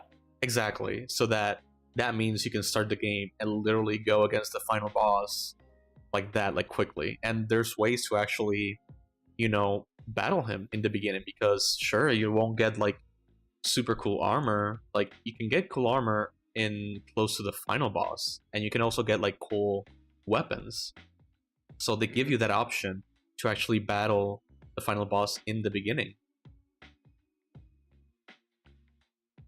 Um, Yeah, I mean it's cool as well because it means that you can go fight them. yeah, I assume if you lose, I think I imagine you die and you just have to start again, exactly. or turn around, which is kind of a shame because I kind of like the idea of the enemy going, come back when you're actually strong enough to deal with me and throws you out the door. You barely survive, kind of thing. Yeah, that would be In, cool. The thing with that in would Zelda, be that that would would be be fun. more. Yeah, it would be a lot more immersive as well, less immersion breaking. If Yeah, then dying and respawning. yeah, because that's what in Zelda they do. Like they don't really like send you back to the beginning, but it's just like the last place that they Place you were. yeah, well the last place you kind of like saved automatically. Mm. Sirens. They're coming to get you. I wish. Like AC 24/7 free food. Hell yeah. Ah, Yeah, no, but like yeah, like I feel that yeah, like Zelda does it very well in my opinion, and I wish in Pokemon that would be the, you know, the because Pokemon can do open world. It's just the difficulty setting, because Pokemon actually had a difficulty option back in 2013 here in America. Okay. I don't know if y'all got it in 2013, but Not a clue. basically, but it was a weird thing though, and let me explain. So so this was Black 2 and White 2, and it did have a difficulty change, but it's an option that you can toggle, on and off. But the weird thing is that, so Black and White 2 has a key system that you can trade keys with a person that has the opposite version of the game that you have. So for example, you have there's these legendaries, You had and black. You had black, and they had white, and you could trade resources of some kind. exactly, but like the Yeah, difference between these two games, and the other games is that they were keys, because you can always like go between versions and trade exclusive Pokemon, but these were keys. But the weird thing is, these keys, White 2 had an easy mode key, right? So like if you were alone and you played White 2, you could toggle normal mode to easy mode, but there was no hard mode. But the thing is, Black 2 had hard mode, the hard mode key. So you can toggle between normal mode and hard mode, but not easy mode. So in order to actually trade your keys is to complete the game in normal mode and just trade off the keys. But it's like, okay, if I'm alone, I don't have anybody. You're telling me I complete the game. Theory, yeah. In theory, it's a really cool idea to be like, hey, you can trade off this thing with your buddies to unlock something new. Exactly. In practice, it's really archaic and stupid, and you don't need it. Yeah, because it's what I was saying, like the White 2 with unlocking easy mode. Like, you're telling me I beat this game in normal mode, and now you're telling me like I can replay it again, deleting every single Pokemon. Huh? Or I need a friend.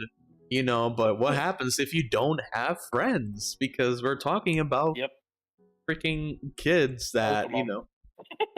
It's yeah. Especially if you live like in the middle of nowhere, like no. Being a Pokemon player is enough. Yeah, and the thing is, that like, not only is that form of trading like with the modes, there's also like they also have it with legendaries, where one has an iron key, the other one has a rock key, and when you trade both keys to each other, you get an ice key or something or whatever, like and then you unlock more legendary Pokemon. So it's I don't remember how familiar with the Souls games you are.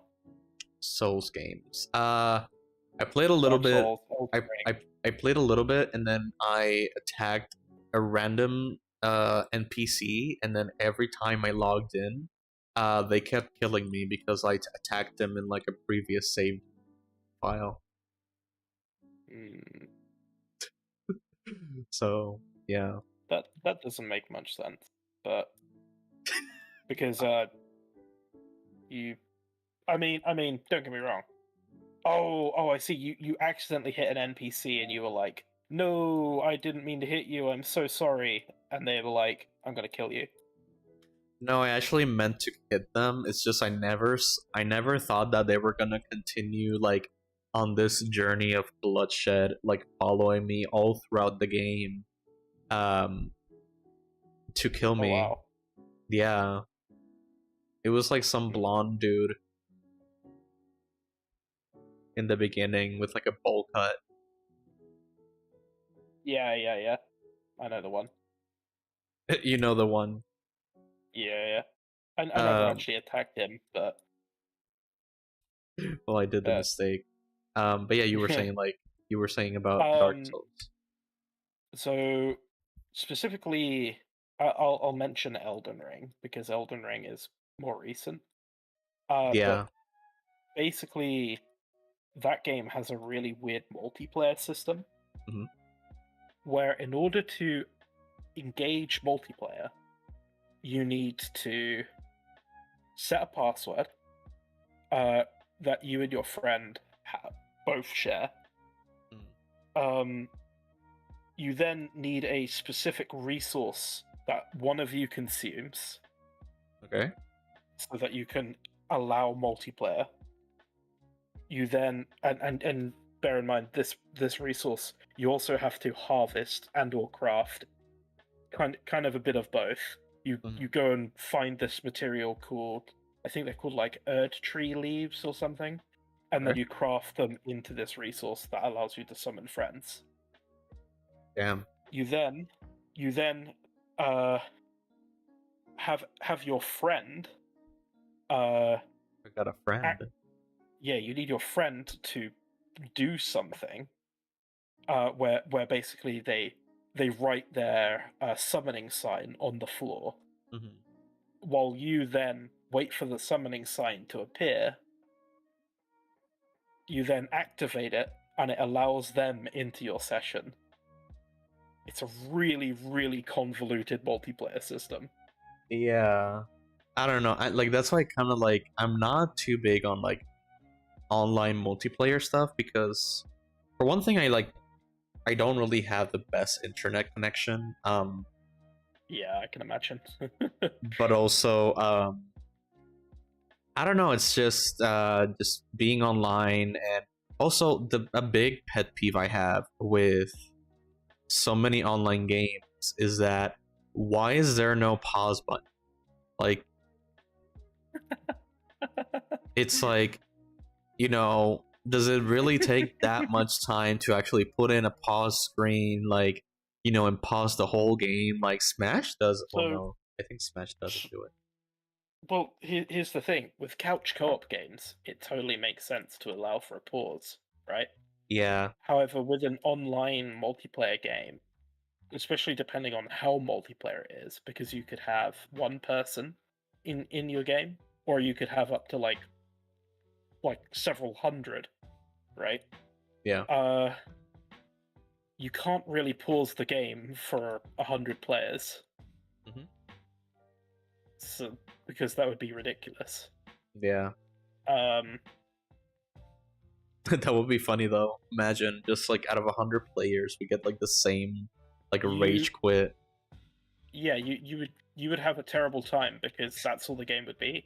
The game would be just you moving, paused, moving, paused, moving, paused every 5 seconds, Yeah. and you'd never actually achieve anything because griefers exist. Hmm. That is true. But uh, but yeah, incredibly convoluted systems from Japan in their video games is I think basically the lesson of Elden Ring multiplayer, Yeah. uh, and I guess Pokemon. Uh, Ugh. Difficulty sharing, I guess. What? Yeah. Why? Why do you need that? I don't know. They were trying something new with Black and White and Black and White 2. Like that was literally going to be their like their reemergence or like their like reset because in Black and White, like the fifth generation, which was like 2011, 2012, more or less, um, they were basically just they wanted to start like a new era of Pokemon. And but the thing is that like, and you can see it with some of the Pokemon where like they were trying to do clones of Gen 1 Pokemon. Okay. So yeah, like you see some of them like similar in concept and description. So and even like you evolution method. So like you like in Gen 1 you got your Geodude, and in order to evolve it completely you have to trade it with another person. Same with Machamp. And Black and White come in and they have a fighting trio that evolves from trading, and then you got another rock trio that evolves from trading. So it was kind of like a reset, but with similar concepts. And a lot of people did not like the game because they couldn't get their Pokemon, like their favorite Pokemon from the beginning. Because a lot of people wanted some of the old Pokemon from previous generations already from the start. Right. And I get that, but Well, I've kind of always thought it's weird that they've never done a sort of live service style Pokemon game where kind of like a Pokemon MMO, if you will, like a bet. where basically like Pokemon Go, but in actual game form, right? Mhm. You know, you in Pokemon Go, you basically have every Pokemon. They're still adding them as they go, but Mhm. you know, you basically have every Pokemon. Oh, okay. That means that you're always gonna have your ones that you'll always have your favorites, Yeah. and better even, like you can always have a you could have a persistent buddy from every single game in a way. Like I'm not sure why they've never done a system akin to that, So like you're because I saying, feel like that would appeal to people quite a lot.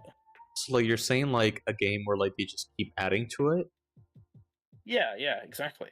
Okay. Like like Fortnite, but for Pokemon. Oh, okay. Yeah, like I would love that. Like they kind of do it in such a way right now with the new games, but Hmm. it's the thing is that it also depends on, it's really just Nintendo, because the thing is that they always try to make a new Pokemon game, in the console, right? But how should I say this? Like I feel like it's tricky because like in order to do that, similar to Fortnite, for example, where they change the entire map sometimes, right? Hmm. But with Pokemon, if you want to change the entire map, then that'll mean like, adding a new region. And that's what a lot of people want. A lot of people want to like go to, different regions, kind of like Ash from the anime. Yeah. The problem is the technical uh, capability of that. Like the Switch is not. Oh, well, here's the thing. Yeah, This is inherently the problem with the new games, yeah. is that to make them prettier and to make them more visually up to date, Hmm. they've sacrificed a lot regarding like a lot of that freedom to be able to make a game like this. Whereas if they was to change back to the old sprite style, Hmm. or have a more basic, more simple aesthetic to their Hmm. game, Yeah. then that technical requirement wouldn't be nearly as intense, right? It wouldn't be as difficult to do. But unfortunately, game developers associate graphics um, with like relevancy, and Mhm. also with uh, like a newer, shinier version. Like every game Yeah. progresses, it's always got to be that bit better looking, right?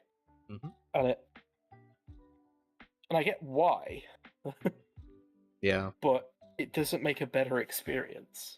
Yeah. Yeah. I feel like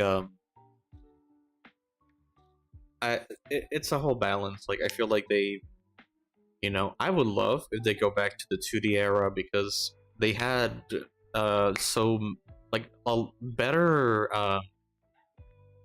animations and posing, because a big problem that they had when going into 3D was a lot of the models look very stiff, and they've worked with 3D models before in like the GameCube and Wii era, but when they got to like the 3DS, like in the main series games, everything just felt super stiff, super you know, dead, because we used to have a lot of like awesome poses for Pokemon in the 2D era, but when we got to the 3D, then it just like everything just got forgotten, and they tried to like better it in the sense of like, you know, redesigning a few models, like for example Charizard and the original starter Pokemon from Gen 1, where they made their faces closer to the ones in the anime, and it took them like almost 10 years to fix that. But yeah, it's like I feel like, yeah, like I got lost, but um yeah, like I feel like they should just, there's so many things they can do better. Like I feel like if they go to something like, you know, PC, or just make a more powerful console, um not to make the games more, you know, more realistic or stylized, or you know, maybe stylized but just like not realistic, but just like a more powerful console so that they can do more. You mean a more instead of focusing on portables, to do something actually, you know, a home entertainment system. uh well, that's the thing, like they always like go against the grain and kind of change it up a little bit. Well, not counting the back in the day when they stayed with the cartridges and people went, and other companies went for CDs, but um just, you know, making a powerful console that is able to be powerful enough to make like more advanced games, because right now, similar to the Switch, you know, because right now they cannot go back, like once they made the Switch, like they can't really like just go back to console and portable separately. So, and like Yeah. who knows, maybe the next Switch that is supposedly coming out soon, or like the announcement, um hopefully it is powerful enough to, you know, um give more, like, you know, like give games like more, make it more advanced, like make games look more advanced or just feel more advanced. um you know, maybe have like an actual open world Pokemon game, or an open area Pokemon game where like it doesn't lag, has better textures, you know. But of course, I know that that also depends on the team itself, because a big problem with that, with, you know, the game recently was the team. um and so, and a lot of like cutting edges, like cutting corners and all that. So, but I don't know, like right now we have a few games that they've announced them, but we haven't really seen which consoles they're going to be in. And you know, some of them we haven't even seen the gameplay yet. So maybe they're saving them for the next console. Yeah, the next generation. Um, Exactly. I think personally, we have we have portable consoles now Yeah. that are very powerful. Yeah. Maybe when the Switch first came out, they weren't around, but Yeah, they now I weren't. think there is space for Hmm. them to make a powerful or a more powerful console. The Yeah. concern is though is it is once again just ever chasing a hardware trend of let's make the game more pretty because now we've got more power to do so, and not Yeah, actually making the game better. exactly. Yeah, that's the thing that I do like about and this is more so Nintendo, not Game Freak, because Game Freak is another beast.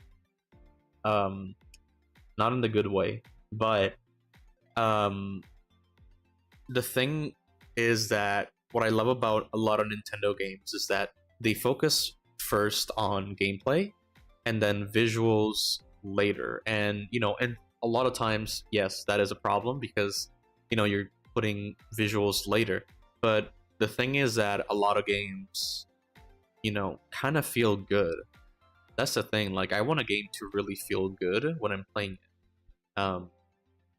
I know that a big one was Legends Arceus, where just the playing the game felt super smooth, super fluid, amazing, um, and they really didn't have to make an open world. They just made open areas. So, and it worked, and it's one of the most successful, I would say, like the most successful Pokemon games out there because it just feels like much.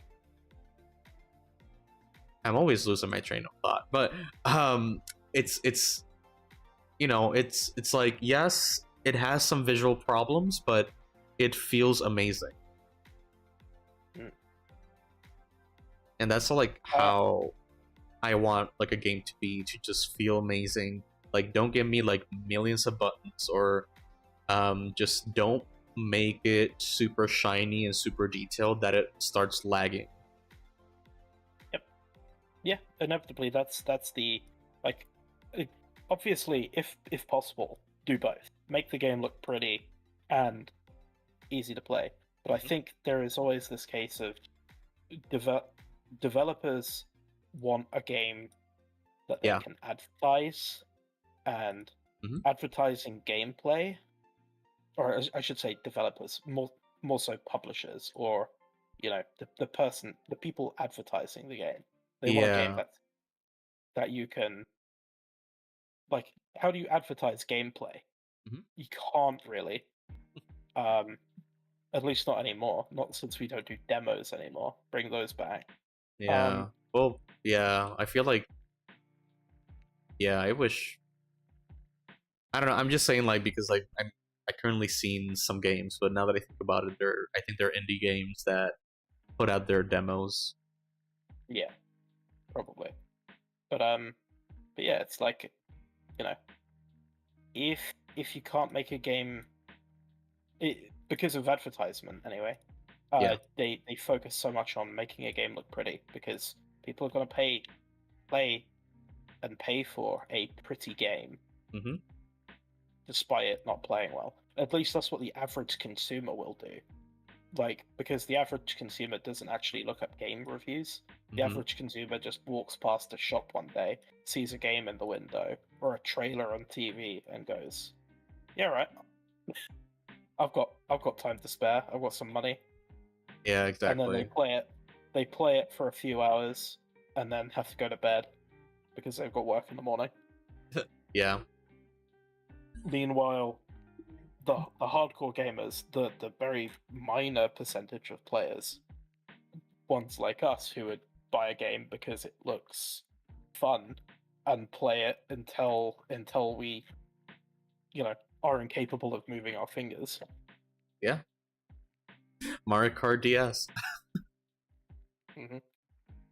Yeah. I will admit though, a game that I have bought solely on visuals recently, or I say bought, downloaded. The thing is, I don't think I would have bought it, but because it's free, Zenless, it's so Yeah. good. Oh, it's free? It's yeah, Awesome. that's exactly the reason why, right? It's like I wouldn't have paid for this game Exactly, because yeah. I don't think it's my style of game, but it's free. Yes. Same. Yeah, I feel like, yeah, that's which is amazing because why I understand like the work that's been like given and everything, but I feel like either give us like a renting option or give us like a um give us like a what's the word, give us a temporary Demo. option, like a demo or like a temporary option, so that we can just like, if we like the game just for the visuals, um make it either free or just make it like rented or something, so that we can play it or like use it for like reference and stuff like that, or like I just feel like I would get the game just for like real quick, play it, look at the visuals, and then eventually like uninstall it from my computer. Yeah. I mean, You and that's what demos are really good for. A good demo should give you everything you need to know about a game and leave you wanting more. Yeah. And it should be fun and engaging, and usually pretty cheap and easy to install, right? Free, and probably doesn't take up as much space as the full title game. Exactly. Yeah. Also, hola Estrelina, how you doing?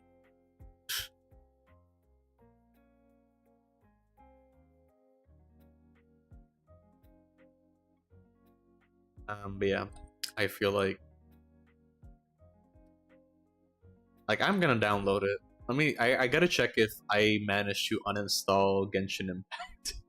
I know that sounds very mean, but I don't Did you know. play Genshin?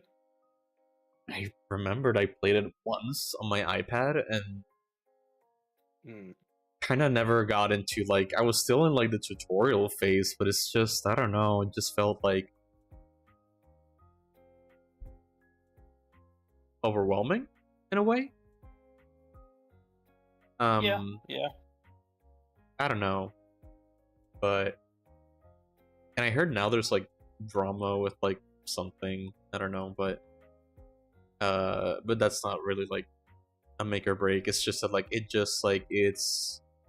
felt overwhelming, and I don't know, I feel like the fantasy aspect, like I like my fantasy, but I don't know, it wasn't like a game that I was super attracted to. And also there's like a lot of characters, which I get that that's the whole thing about gacha games, but I don't know. Yeah.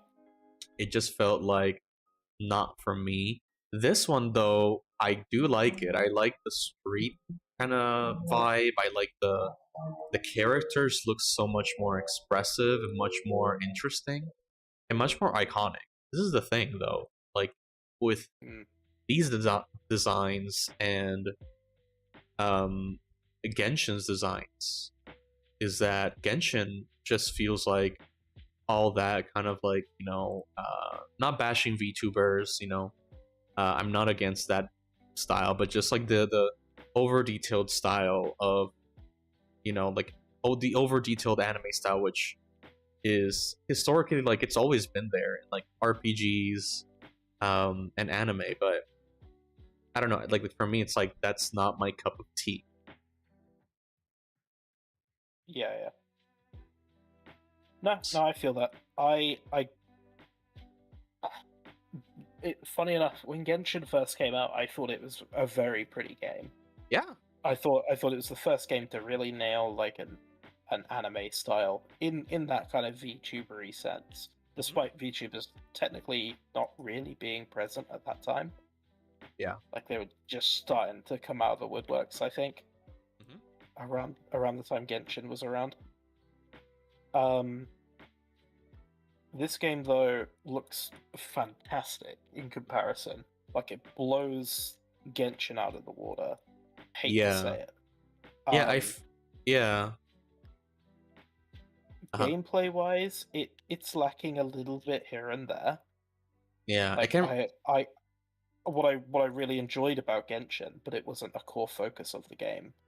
was Yeah. the exploration and the Mhm. adventuring kind of bit, whereas this is very much do do a dungeon kind of gameplay, and Yeah. it's very action focused. But that's okay because it's a bit of a brain rot game at the moment where I can just turn my brain off and play, and Yeah. I'm okay for that for now. Yeah, I feel like for me, a big thing is like the exploration because these are worlds that are like super interesting, especially like the ZZZ world. Um, Hmm. I mean, where it has a little bit of free roam, but it's not.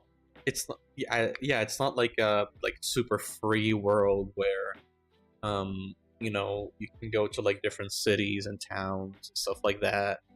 And I get that the whole thing is that it's like an apocalyptic world, like post-apocalyptic, but like there comes a time where like I want to see more. I don't want to see like the same place every single time in like an open world where you have like a lot of empty spots.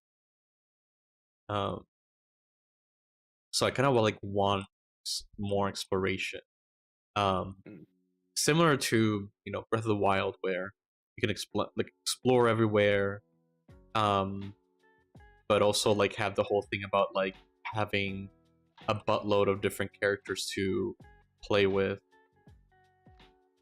Yeah, I'd say, um, if anything, I would compare Zenless more to Persona Persona, okay, in a way. yeah, I can see It's got that. that kind of more localized free roam where Mm-hmm. you still have the ability to go out and do things, but it's Mm-hmm. more you know you run around and speak to NPCs or do small like tasks and things, little Yeah. game modes. Like I'm pretty sure there's going to be like a in the game it will be increasing your trust with certain characters, which will probably give you a bonus or give you some currency or something. Uh-huh. But I think it's basically you go on a date with them. Basically, Oh, in Triple Z. yeah. Oh, I didn't know that. Which could be fun. Like they had that feature in Genshin late Okay. in its life, where you could literally go on a date with these characters. The problem with it in Genshin though was that it was very checkboxy, Oh, and I hope they don't do that because I guess because they wanted the players to be able to do every route with the character, and yeah, that kind of felt weird and mechanical. exactly. Interesting. Yeah, I didn't I'm know hoping that. they don't do that. Yeah, I gotta download it because again, the whole thing is just the art. Because I Yeah. think because I said this before about like how over detailed a lot of the Genshin Impact characters are, but a big problem that I have is that because like but like I see the other characters like the Triple Z characters and they're like more their designs are still pretty detailed, but they're way more simplistic compared to the Genshin Impact crew. Yeah. And I think that simplicity is what I love. That compared to, in addition to the very well animated trailers that really caught my eye. Oh, the cutscenes in the game as well are very similar. You have like three different cutscenes in the game. Mhm. You have this more like static, uh, um, almost like comic book panel kind of thing going on. Yeah. You then also have a sort of you see the characters' faces and they're talking, and it's kind of like a in one of those frames where you just see the front of the character talking, Okay. and it shows both characters on the screen at the same time, just nattering away about something. And Okay. then you have the full 3D CGI trailers where they are animated spectacularly.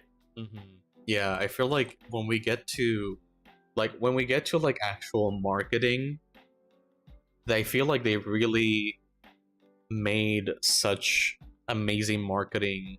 I know that people might get turned off by that, but just seeing the trailers and seeing that amazing like animation, but then like still like as a trailer, like that's like an amazing way to like bring in people, just like doing that kind of like Mhm. very goofy and rubber hose way like animation. Yep.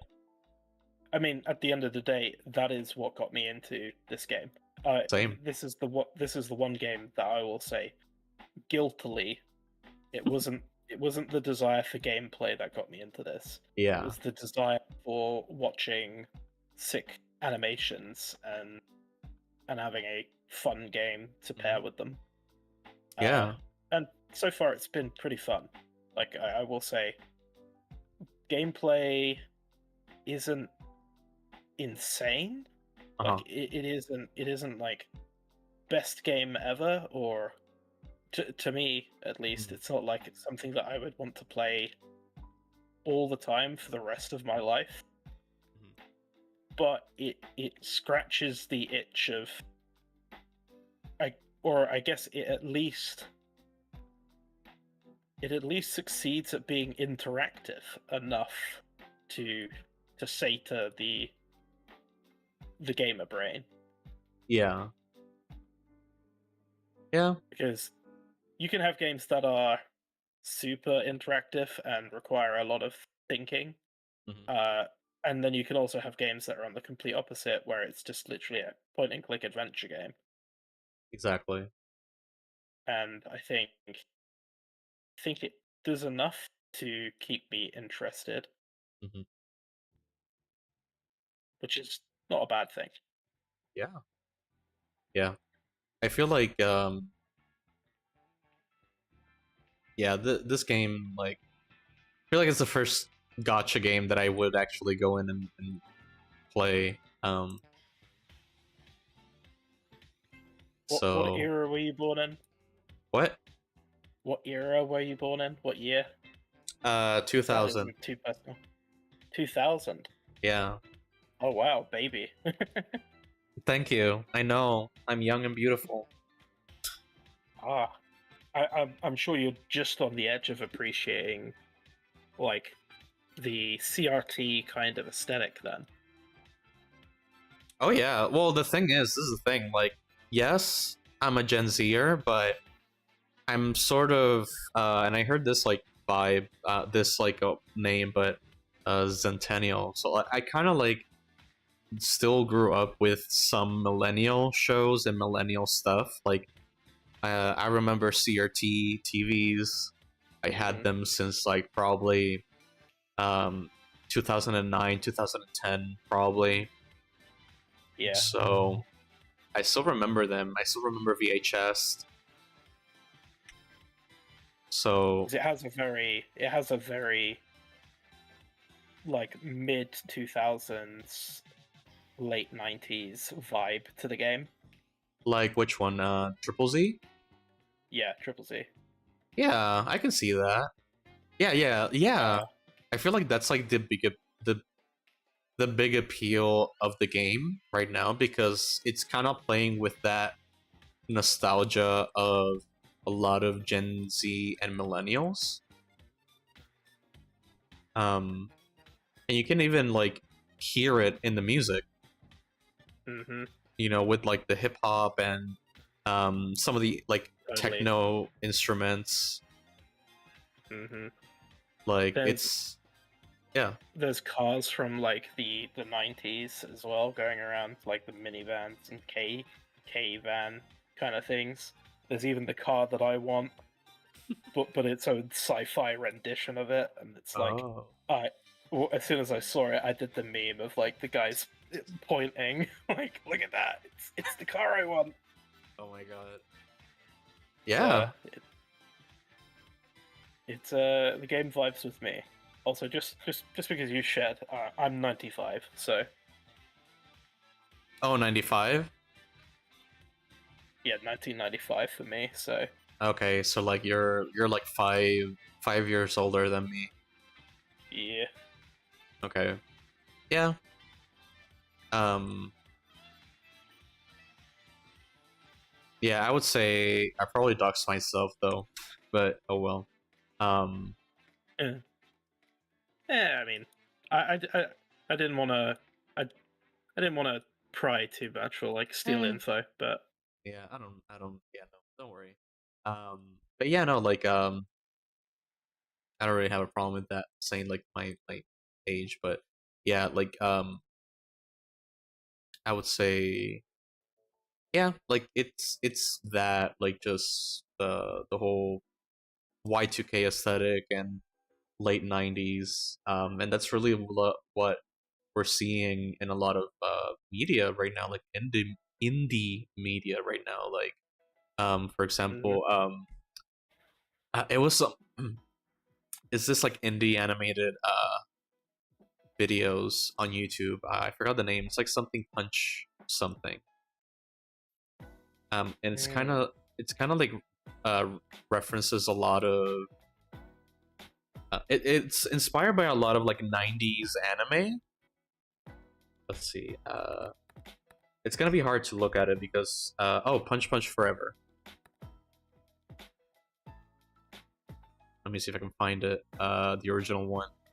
Because the big problem that the creator had was that the creator got shadow banned on Oh, YouTube. Yeah. And the thing is that people have been like, and this have been like going strong looking at the videos, just helping them out because like, yeah, because I think it's because, and there's nothing confirmed, but I think it's because the creator is a hentai artist. oh, And okay. so I think, I don't know if it's that YouTube is looking at the videos and kind of looking like in like a sus way, but yeah, like they got shadow banned, and so and they got like some amazing animation, and but you look at the videos and it's very that like very 90s anime aesthetic, and even Mm. like even the videos have like these fake ads of like old 90s Japan ads when they start in like every episode. Hmm. So I love that people are just a lot of artists are just going in and making games or just media, kind of going back to that time. Yeah, it's cool. It's cool. I wasn't actually seeing much 90s stuff recently. It's so but maybe I just haven't been looking in the right place. I saw a boatload of 80s style stuff though, Oh yeah, and that doesn't really appeal to me. yeah, like Naturally, right? It's like exactly, just out of like my yeah, because but I feel like 80s was like, you know, the thing in the 2000s. I mean, not the 2010s, but now it's I'm seeing more and more like just people vibing with 90s and like early 2000s stuff. hmm So I feel like we're kind of like changing it up a little bit more. Um, I like hope people, yeah, there are certainly more than just just the 80s as a aesthetic. But I guess I until recently people saw the or people saw the 90s and early 2000s as, you know, last week basically. yeah, Whereas now it's very much a case of, yeah, oh, that was 20 odd years ago. Oh no. yeah. No, like because yeah, I remember like the 2000s was really more so like a lot of people getting stuff from the 70s. Um, because you had a lot of florals, like 90s, at least late 90s and early 2000s, but mostly like late 90s. You would see stuff from like the 60s, like maybe I don't know, Daphne from the Scooby-Doo movies, where she would have like her go-go boots. um Yep.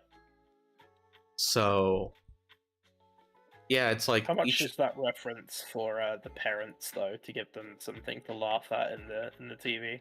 Yeah, no, like Right. most likely, yeah. But the funny thing is that the first Scooby Doo movie, that was going to be an adult film, actually. Yeah. Um, and you can even see it in some references, like in the beginning. You have Shaggy like the in the mystery machine with Scooby, and there's like smoke coming out, and like the original idea was that Shaggy was gonna be like smoking pot, Yep. but when we go into the actual like final released movie, that's like the hidden joke, but like really they were just cooking burgers inside the mystery machine.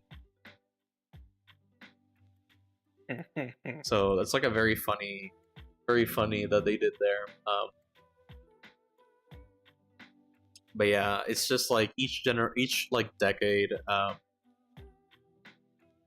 is just grabbing from a few decades ago. Like soon enough, like we're just gonna be like, I don't know, because like last decade was kind of like 80s, and then like when we got close to this, like right now we're kind of being close to like late 90s and early 2000s, and then eventually we'll come back to the early 10s with like, you know, god awful makeup and um whatever the 2010 had.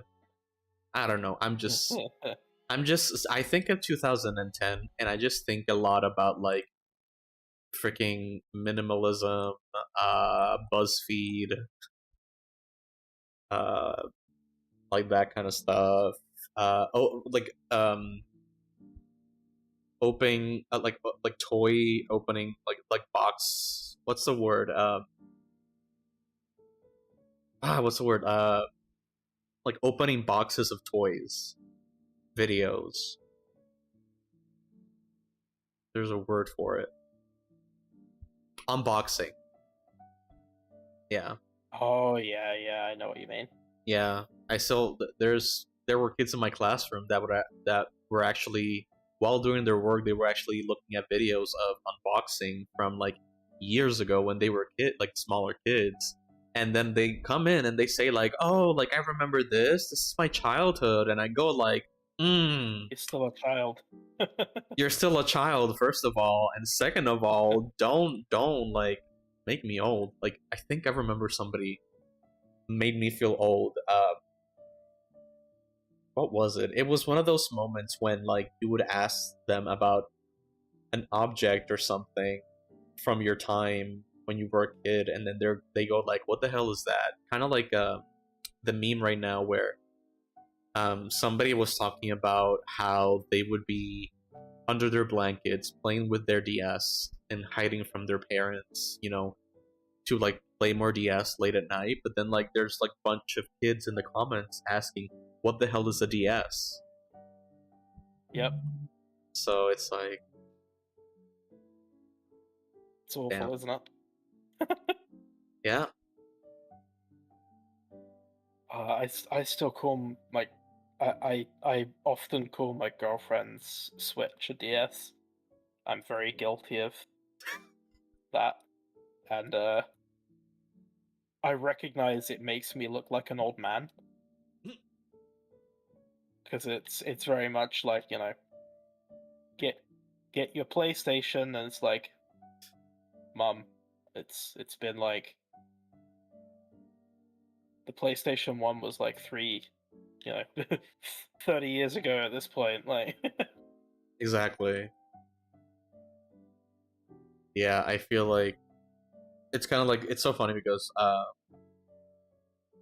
some Latino parents, not mine, but some Latino parents are like, oh, like they would name every single console, even like non-gaming consoles, um, a Nintendo.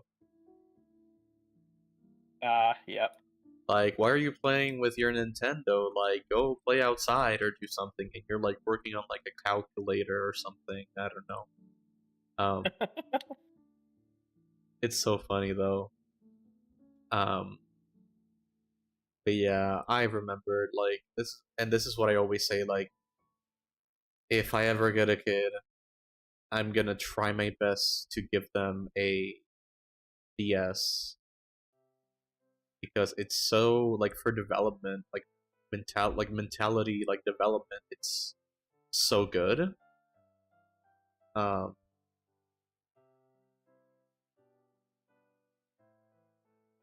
because it like there's a lot of DS games that really like play with your with like just like using your brain to like solve problems, and I feel like that's like a big problem that a lot of kids are having nowadays, where like problem solving is just not there.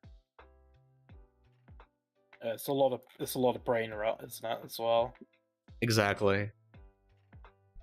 Hate to sound like an old man, but yeah, it's oh my goodness. I mean, I used to watch dumb fucking videos when I was a kid. Yeah, and I now can let them off. It's funny how Gmod has had a sort of resurgence. oh really? I never Like, watched because it. I used to watch Gmod videos back in the day. Yeah. Um, of like just stupid animations with these like characters from like Half-Life and Team Fortress 2 and stuff like Yeah. that. And now kids are into that kind of thing. With like the skibbity toilets. Yeah, with like Skibbity Toilet, and it's like that's a. I played Half-Life 2 when I was like 12. Yeah. God. People won't know who that guy is. They'll just know him as the head from Skibbity Toilet, right? Exactly. Which is insane. To be honest, Yeah. I don't actually know that many people who actually played through Half-Life 2, so Yeah, I've never played that, but I still remember all the Minecraft videos. Um, which Minecraft still is going strong, and they had like a big resurface recently, but um, that thing will never die, unfortunately. Um, hmm. but yeah, like I can just remember like Slenderman. Um, Yep. what is it like? Old PewDiePie videos, and now PewDiePie has a kid. Like, and I still watch Mark. No, I remember now.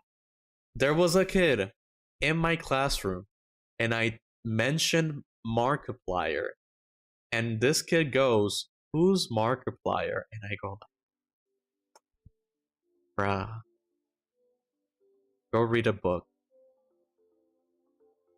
Go read Markiplier's new book. Exactly. It's like, how do you not know? Like, I get that, you know, like the skibbity toilet rot is strong, but like I never knew it was that strong. Like, how do you not know Markiplier? Yeah, it's But crazy, isn't it? yeah, but they're probably just looking at other gamers now, like the very flashy gamers with a bunch of like neon LEDs in the background and like headphone dents on the side of their heads or something. Fuck. So funny.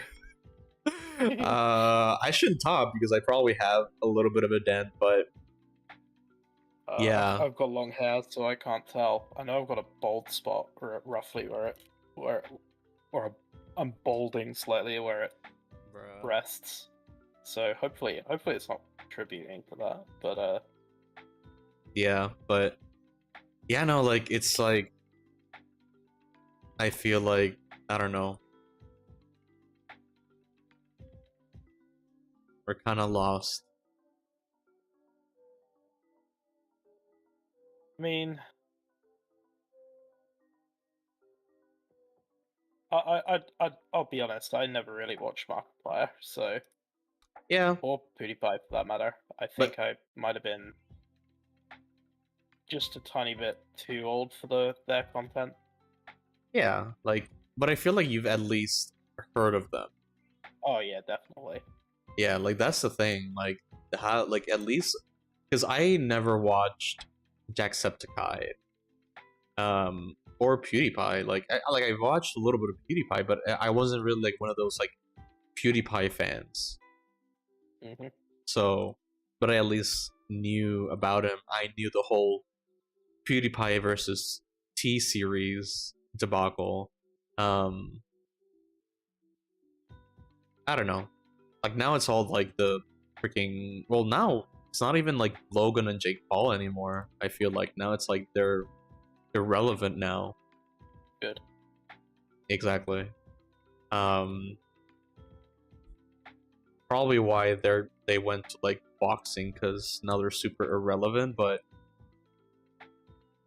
Yeah, Um, probably.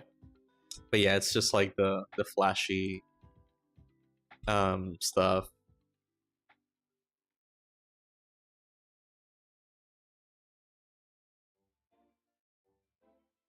Yeah, it's interesting. Mhm. Oh, and Mr. Beast. Yeah, that's another one. Um, I never saw the. I never watched his stuff either. Me neither. Maybe, but to my knowledge, isn't he relatively new?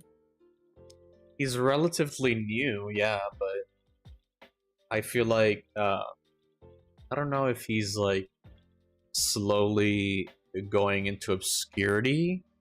Like he's still very well known, but It, yeah, I it, feel like it makes me feel weird to think that a guy with that much money can go into obscurity on the yeah, internet, right? yeah, that's the thing. I don't even know if that even is his money. Like I don't know if that's just like money from like a company, or I don't even know. Like I don't even know like his whole lore, man. Like he just No, I don't appeared either. one day like in like a spring breeze, Kirby reference right there, but um I believe I know his origin story. what is his origin story? I believe, I believe he got famous for like it was. I think it was counting to like 1 million or something. What? Hold on. Let me double check. Uh yeah. So his early content ranged from Let's Plays to videos estimating the wealth of other YouTubers.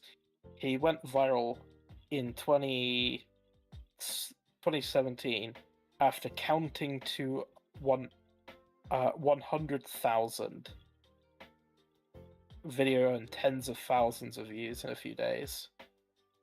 So wait, so he literally just got famous by just counting to that number? To that number, yes. Like, so you mean to tell me most of his audience is just people that now can't even count to 100, and he got famous to count to like, what was the number again? 100,000. 100,000, bruh. Hmm, I don't know. it Ah, it I makes give you up. honestly I feel give up. I'm retiring early. What is even art, right? Like, what is even art? bro. Don't even Like, go there. uh, man,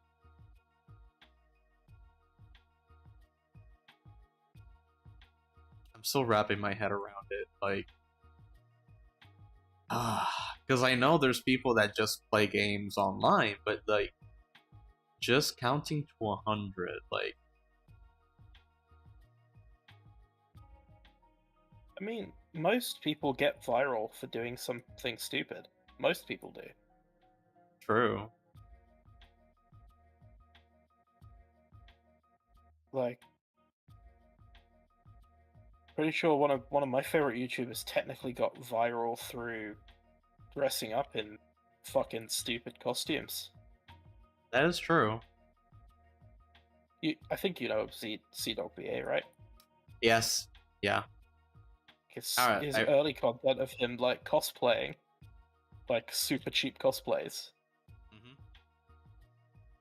Well, I'd never gone that far. I remembered him from the Black Butler prank calls. Oh, that was his earliest content.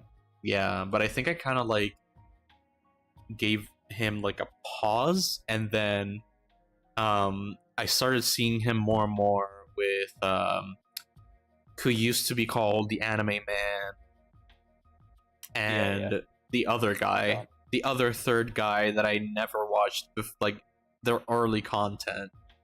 Fun fact, I watched his early content of his like anime reviews and stuff. Oh really? Yeah. Okay.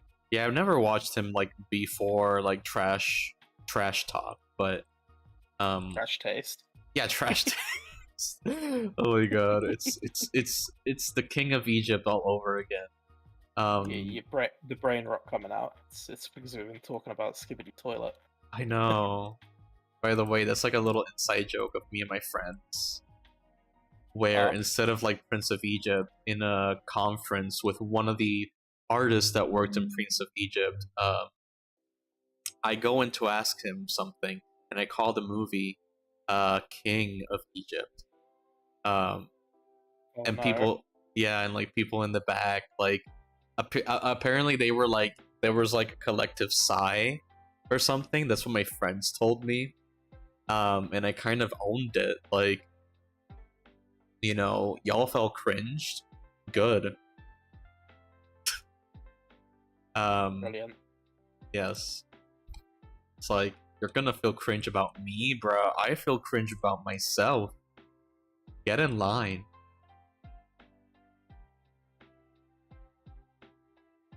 That's the way to do it. Exactly. What was I talking about? Anime Man. Early. Yes. Taste.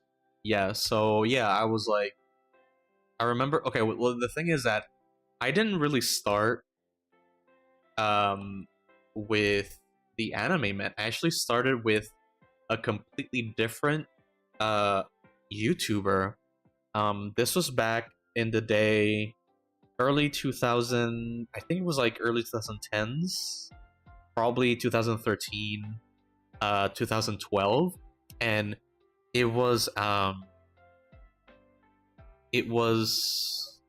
Japanese vlogger that talked English, and he would do like a bunch of anime stuff. And one day he had the Anime Man in, you know, like in one of his videos, and that's how I got introduced to the Anime Man. But I go in and I try to look for this other YouTuber, and I never managed to find him ever again. And I remember like he would do a lot of challenges, like he did some like anime unboxing like videos of products, and he would review them. But he just disappeared. Like, I know he'd made like another channel, but he just like boom, like disappeared, like never saw him again. And like that's how I found out about the Anime Man.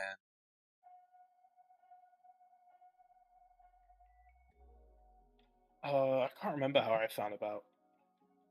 I think it was my girlfriend that showed me Dog, and then I found the Anime Man through him as well.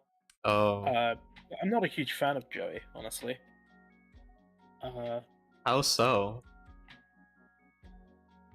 He's a little smartass for me. Oh, smartass? Yeah, he comes across as a little bit like a know-it-all. Yeah, I feel like, you know, they sometimes they have like a strong opinions and strong personalities, but yeah, it's. I will say, bit of a hypocrite, because I feel like I come across as a bit of a know-it-all as well. So Yeah, I just feel like I see them and they have these like very strong opinions about food, and then I go in and I eat food, that same food, and I go like, but I like it, you know, like Yeah.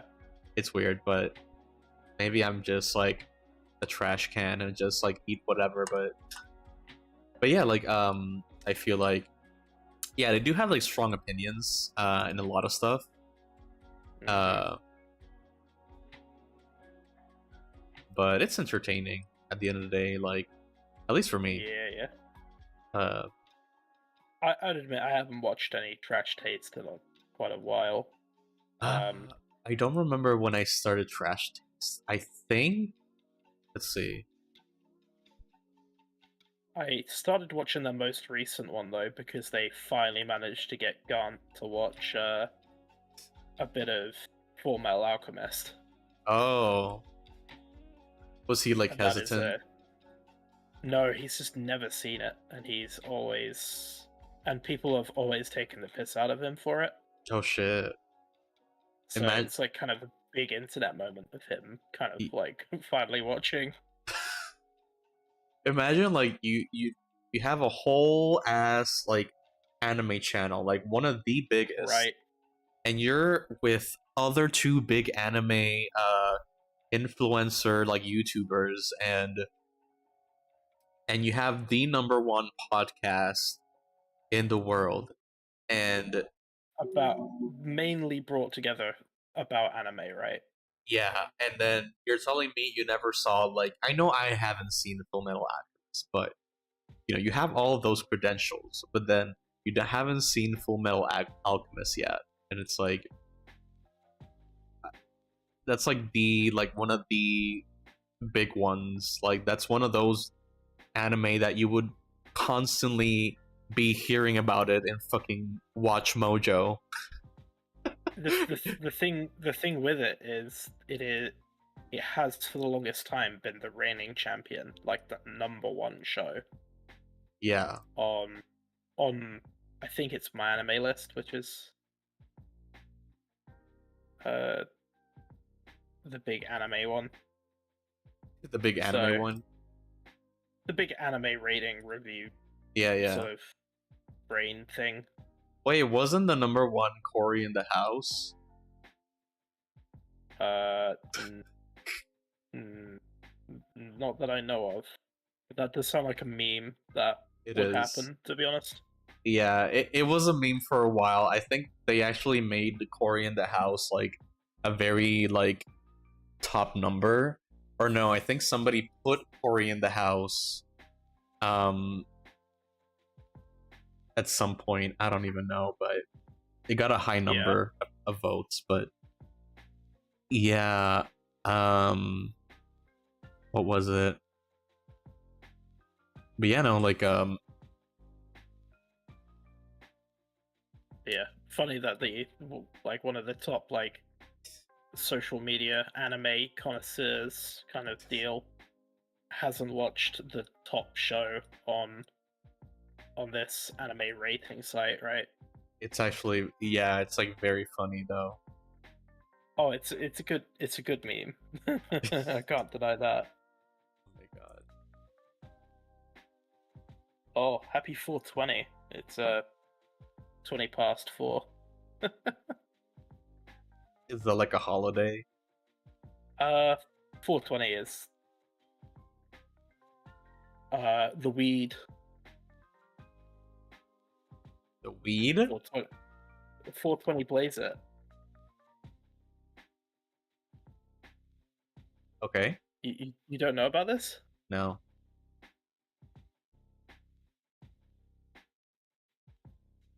Basically it's um basically apparently originated in a school in California where there was a club that participated in smoking weed Oh. precisely at 4:20 uh p.m. but it's 4:20 a.m. So Huh. and Interesting. I think because of it, April 20th, I 420 has become National Weed Day. Yeah, the internet is a weird place. Well, now I know. Okay. Fun fact: my birthday is 420. Here's a few fun facts. The next fact isn't as fun. Oh, I share a birthday with a rather controversial individual. 420. Yep, he's a little bit controversial. He was born in Austria. Oh, mustache dude. Was No. performed a bit of art and did some other things. Most known for being committing genocide. Yeah, mustache dude. Right? Yep. Hitler. Yeah. It's a fun one. That's very in funny. In school, I found it out because we were doing like, hey, see what like famous people you share a birthday with. I can just imagine clearly, like clearly the teachers hadn't thought that this could be bad. yeah, I can just imagine like, oh, like some kids like saying like, oh, I'm the same birthday as Angelina Jolie, or oh, I'm the same birthday as George Washington, or Mm-hmm. some random British celebrity or famous person. That's my Wow. limit. But then like you get like the freaking Austria mustache man. Yep. That's funny. Honestly, I owned it. You owned it, bruh. But don't own it nowadays though.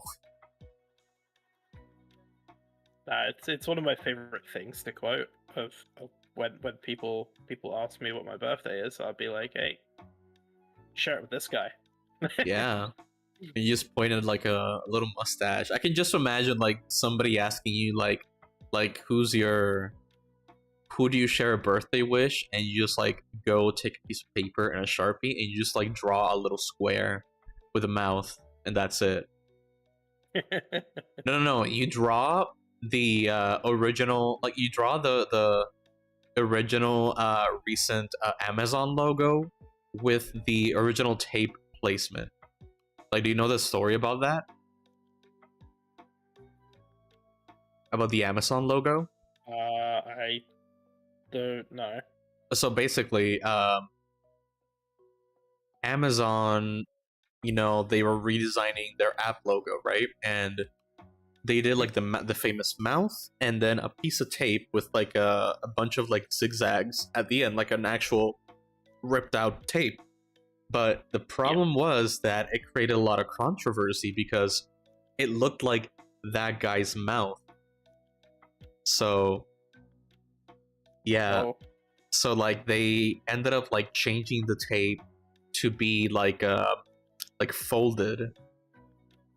And I remember like I think there was a time when it got into the phones, and people saw it on the phones, and then they quickly did a new update where they changed it. So that's so funny.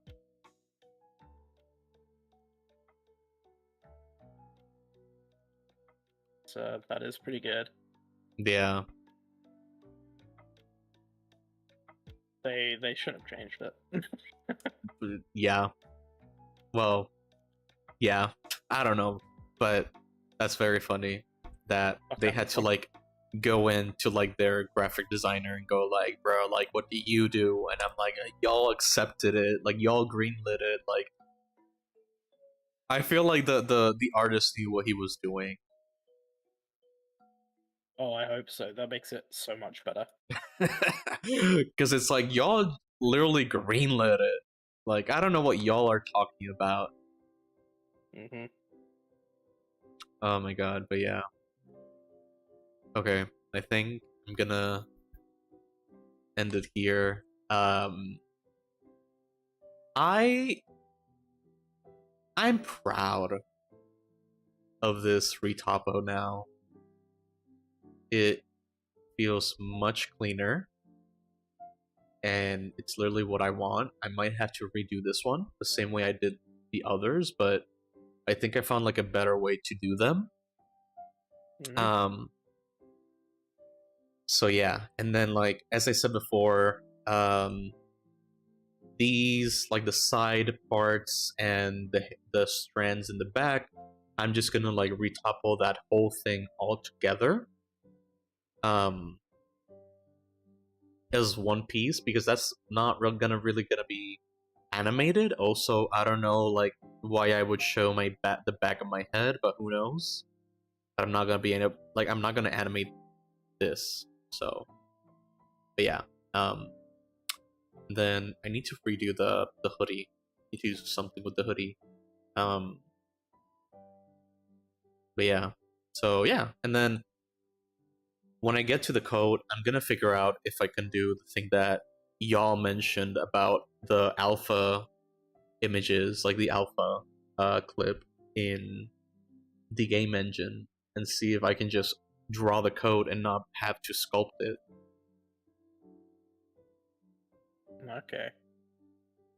Because I feel like I would love it if that would be the case, so I can just draw it out and not deal with the sculpting. So, but we'll see. We'll see. So